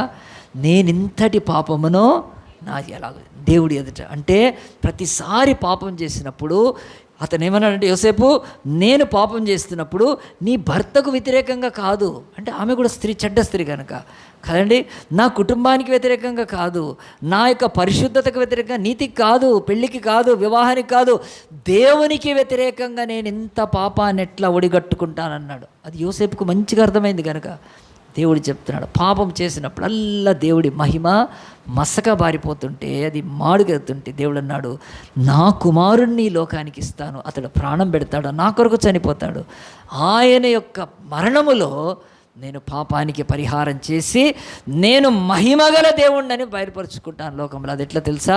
మీ పాపాలన్నీ ఆయన మీద మోపినప్పుడు ఆ పాపములో నుంచి, ఆ పరిహారం ఆయనలోంచి కరుణాధారం బయలుపడుతుంది. ఆ కరుణాధారాన్ని ఎవరు ఆశ్రయంగా చేసుకుంటారో వాళ్ళు నిశ్చయంగా దేవుని మహిమను చూస్తారు. అప్పుడు నాకు మహిమ వస్తుంది. ఒక టీచర్ స్కూల్లో స్టూడెంట్ని బాగా కష్టపడి చదివిస్తే అతడు స్టేట్ ఫస్ట్ వస్తే ఎవరికి వస్తుందండి మహిమ? ఆ స్కూల్కి వస్తుంది. వస్తుందా రాదా? ఆ అబ్బాయికి వచ్చేది అతను స్టేట్ ఫస్ట్, ఆ స్కూల్ ఎన్ని చెప్తున్నా కానీ వాళ్ళు ఏమడుగుతారు? ఏ స్కూలు, ఏ టీచర్స్, ఎంత. అట్లానే దేవుడు కూడా తన కుమారుడిని లోకానికి ఇచ్చినప్పుడు ఆయన చనిపోయింది, యేసుప్రభు చనిపోయింది ఫస్ట్ తండ్రి కొరకే చనిపోయాడు. తండ్రి మహిమని ఈరోజు భూమి మీద మస్కబార చేసేసారు కనుక ఆ దేవాతి దేవుడు వచ్చి, దేవుడు నీతిమంతుడు, దేవుడు పరిశుద్ధుడు కనుక ఆయన నామములో, రక్షణలో, విశ్వాసములో మహిమ ఉంది. ఆ మహిమ తిరిగి దేవుడికి అది ఆపాదించాలంటే ఈ భూమి మీద ఉన్న పాపులు రక్షణ పొందుతూ ఉంటే మహిమ. కానీ ఆ రక్షణ పొందటానికి తన కుమారుడిని పెట్టాలి. ఆ కుమారుడు ఏమన్నాడు? ఆ యొక్క గెత్సెమనెలో, నా దేవా ఈ నీ చిత్తమైతే ఈ యొక్క పాత్రను తొలగించమన్నాడు. కానీ నా చిత్తం కాదు తండ్రి, నీ చిత్తమే అని తెల్లవారు లేచి తండ్రి కొరకు చనిపోయాడు యేసుప్రభు, మన కొరకు కాదు మొదట.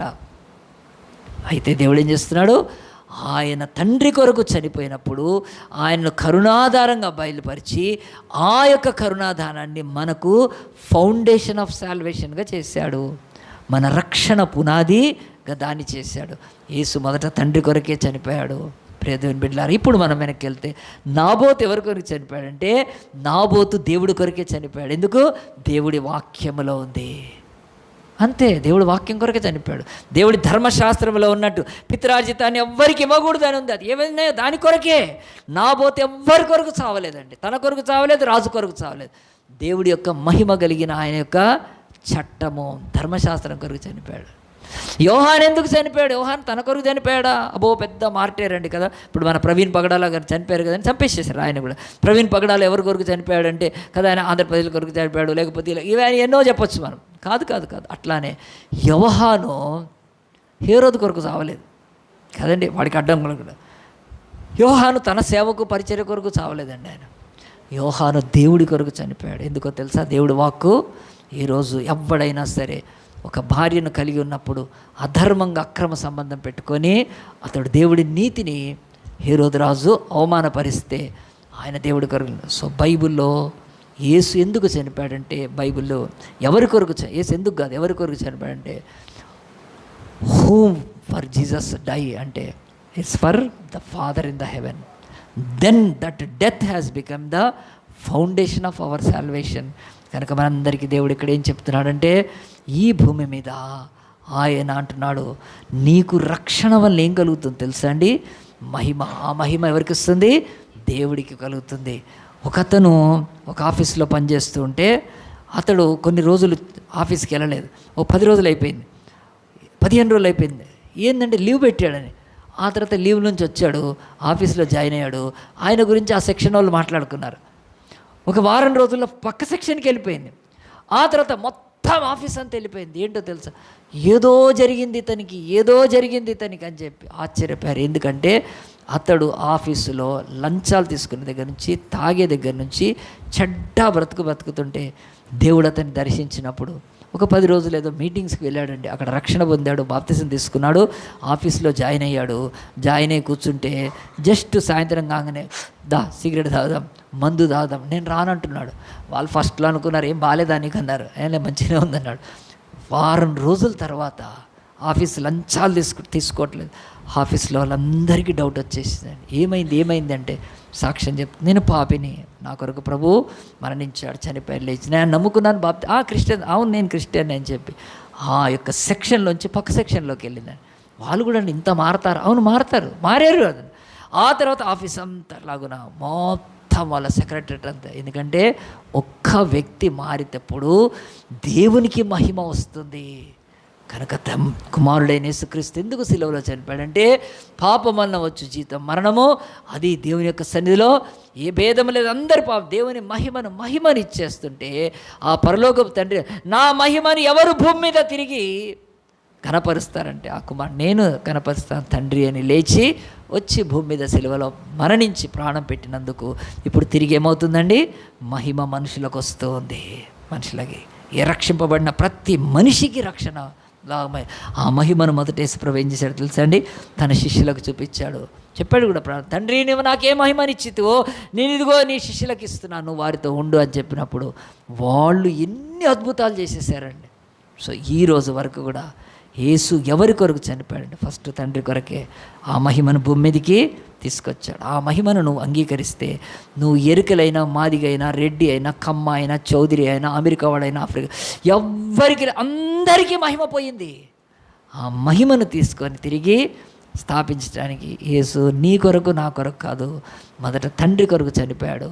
ఆయన మరణము మనకు మహిమకు ఆధారమైంది కనుక అందరం తల్ల వంచి ఒక్కసారి ఈ భూమి మీద మనం పరీక్షించుకుందాం. అదేమిటో తెలుసా, ఒక వ్యక్తి చేతిలో బంగారు గాజులు ఉంటాయి. ఆడవాళ్ళు అయితే బంగారు గాజులు, మగవాళ్ళు కడియాలు వేసుకుంటారు. కానీ ఆ కడియం వేసుకున్న అతన్ని చూసి, ఆ యొక్క యాంక్లెట్ లేకుంటే దాన్ని చూసి, బ్యాంగిల్ అలాంటి చూసి అబ్బా ఇతను ఎంత ధనవంతుడు ఎంత అని అతని చేతిని చూస్తున్నప్పుడల్లా బంగారం మెరుస్తూ ఉంటే ఎట్లుంటుందంటే అబ్బా అనుకుంటారు. కానీ దేవుడు ఏమంటాడు తెలుసా, బిడ్డ ఆ బంగారంతో నాకు ఏ మహిమ రాలేదు, నా బంగారం లాంటి కొడుకుని మీ కొరకు ఇచ్చినప్పుడు, అతని చేతుల్లో మేకులు కొట్టినప్పుడు ఆ రక్తంతో నేను పాపాలు క్షమించాను. ఎవరికైతే ఈరోజు బంగారు కడియాలు వేసుకొని తిరుగుతారో వాడు బాటిల్ పట్టుకొని తాగుతూ, సిగరెట్లు తాగుతూ, దొంగ ఓట్లు వేస్తున్నప్పుడు అది మహిమనా అండేది? వాడి చేతికి బంగారు కడియాలు 4 వేసుకున్నా కానీ అది మహిమ కాదు, దేవుడికి అవమానం. మనిషి పాపం ఎప్పుడు దేవుని మహిమను దొంగిలించింది, మహిమను నాశనం చేసింది. కనుక ఆ దేవాతి దేవుడు అంటున్నాడు, బిడ్డా నేను భూమి మీద నా కుమారుని పంపితే నా కుమారుడు నా కొరకే చనిపోయాడు. మొదట he died for me because of for the sake of my glory.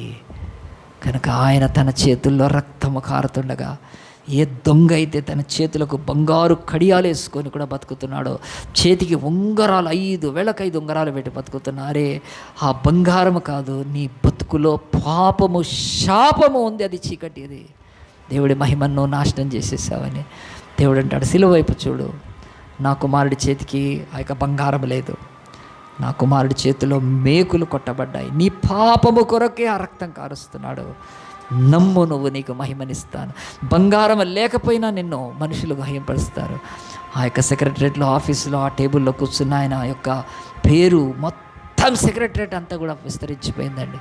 ఒకప్పుడు ఎంత నోటోరియస్గా బతికినవాడు, ఎంత భయంకరంగా బతికినవాడు, తాగుడు, వ్యభిచారము, లంచాలతో, హౌ హీ వాజ్ చేంజ్డ్. యేసు తీసుకొచ్చాడు అతని లైఫ్లోకి.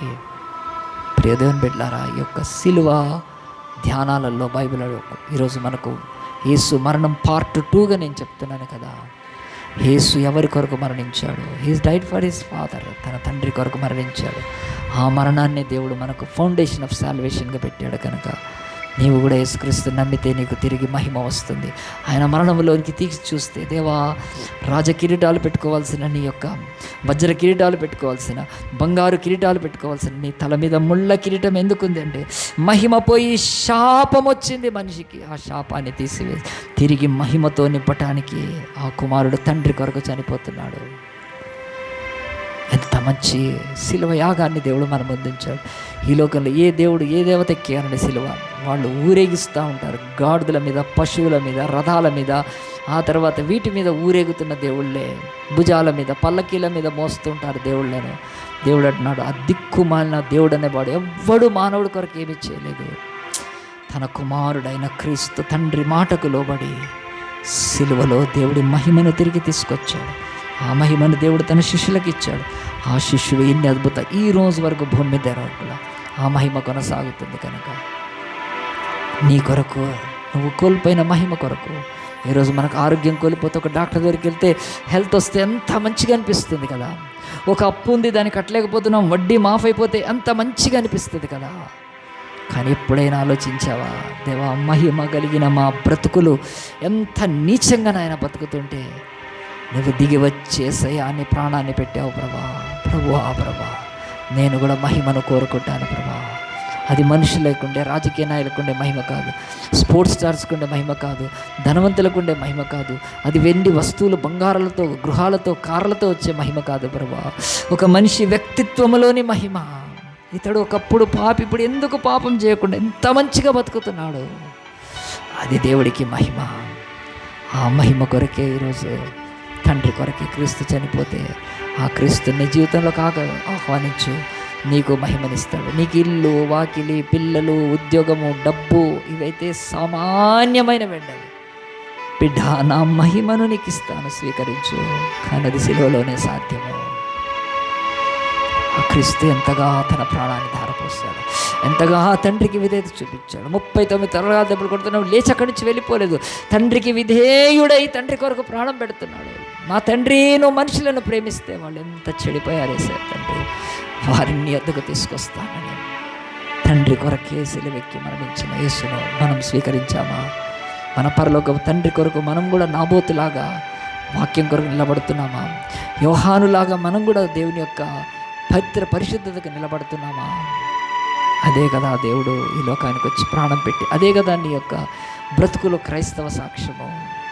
నువ్వు ఎన్ని కొనుక్కున్నా, ఎంత కొనుక్కున్నా మనుషులు కాదు, నువ్వు నీతిగా బ్రతుకు, నీకు అంత మహిమ ఉంటుంది. నీతిమంతులు ఈ భూమి మీద రాజ్యం వెళ్తారు ఒకరోజు. నీతిమంతులు సింహం వలె ఉంటారు. నీతిమంతుల మహిమని ఎవ్వరూ తాకలేరు. వాళ్ళ చెరసాల్లో పెట్టచ్చు, ఎక్కడైనా పెట్టచ్చు. ఆ మహమూద్ అనే తను చిన్న అబ్బాయి, 19 ఏళ్ళ అబ్బాయి, ఆ ప్రభుత్వాన్ని వ్యతిరేకించాడు. ప్రాణం పోయినా పర్వాలేదు, ఈ ప్రభుత్వం సరైంది కాదు ఇరాన్లో, అంతే తన యొక్క సమస్తాన్ని కోల్పోయాడు, ప్రాణమే కోల్పోయాడు. ఒక క్రిమినల్ని ఉరిదీసినట్టు వాళ్ళ యొక్క వీధుల్లో వేలాడేసి చంపేశారండి. నిన్న నైట్కి వస్తుంది కనుక అంటున్నాడు, ఈరోజు ఒక దేశం కొరకు ఒక అబ్బాయి ప్రాణాన్ని పోగొట్టుకుంటే దేవుడు అంటున్నాడు, దేవుడు ఇంకెన్ని రెట్లు ఆయన తన ప్రాణాన్ని పెట్టి ప్రేమించాడు. అర్థం చేసుకో, ఆ ప్రభువుకు నీ హృదయాన్ని సమర్పించుకో, మహిమ నీకు ఇస్తాడు. ఎవ్వరికి లేని మహిమ ఇస్తాడు. నీ బంధువుల్లో, నీ స్నేహితుల్లో, నీ యొక్క ఇరుగు పొరుగు వారిలో, నీ కాలేజీలో, నీ యొక్క స్కూల్లో, నువ్వు వర్క్ చేసే ప్రతి చోట ఒక మహిమ నీ మీద ఉంటుంది త్రూ క్రైస్ట్. అది కనుక ప్రార్థన చేసుకుందాం అందరం కూడా. జీవంగల దేవా, పరిశుద్ధుడా, ఈరోజు మాకు ఇచ్చిన వాక్యాన్ని బట్టి వందనాలు ప్రభా. యేసయ్యా, నువ్వు ఎందుకు మరణించావు, ఎవరి కొరకు మరణించావు అన్నప్పుడు మనుషులందరూ యేసు మన కొరకే మరణించాడు, మన పాపాల కొరకే చనిపోయాడు, మా కొరకే మా స్థానం, ఇవన్నీ కూడా చెప్తున్న మాటలు అవి బేసిక్ నాయన, అవి మనుషులు. కానీ అసలుది మాత్రం యేసునాథ, నువ్వు తండ్రి కొరకు చనిపోయావు ప్రభా. తండ్రి యొక్క మహిమను ఈ భూమి మీద ఎంత నాశనం చేసేసారు కనుక ఆ మహిమను తిరిగి తీసుకొని రావడానికి మానవులలో యేసయ్యా, నువ్వు తండ్రి కొరకే, you have died for your father the God Jehovah. తర్వాతనే మా కొరకు కనుక నాయన ఈ సత్యాన్ని ఎరిగిన వారమై మేము కూడా పాపం ద్వారా కోల్పోయిన, పాపం ద్వారా నశించిపోయిన, పాపం ద్వారా మా జీవితంలో వెళ్ళిపోయిన ఆ యొక్క మహిమ కలిగిన ప్రభా నాయన క్రీస్తు యేసులోని ప్రకాశాన్ని ప్రభా మేము తిరిగి పొందుకుంటాం. మా అందరికీ సహాయం చేయమని, వెతబడిన వాక్యాన్ని నారు కట్టి నీరు పోసి నిరంతరం ఫలింపచేయమని, అన్ని నామాల కంటే పైనామమైన పరలోకపు తండ్రి కొరకు ప్రాణం పెడుతూనే ఆ ప్రాణంలోనే కరుణాధారంగా మాకు బయలుపరచబడిన ఆ క్రీస్తు నామాన్ని బట్టి ఈ చిన్న ప్రార్థన అడిగి వేడుకుంటున్నాము తండ్రి.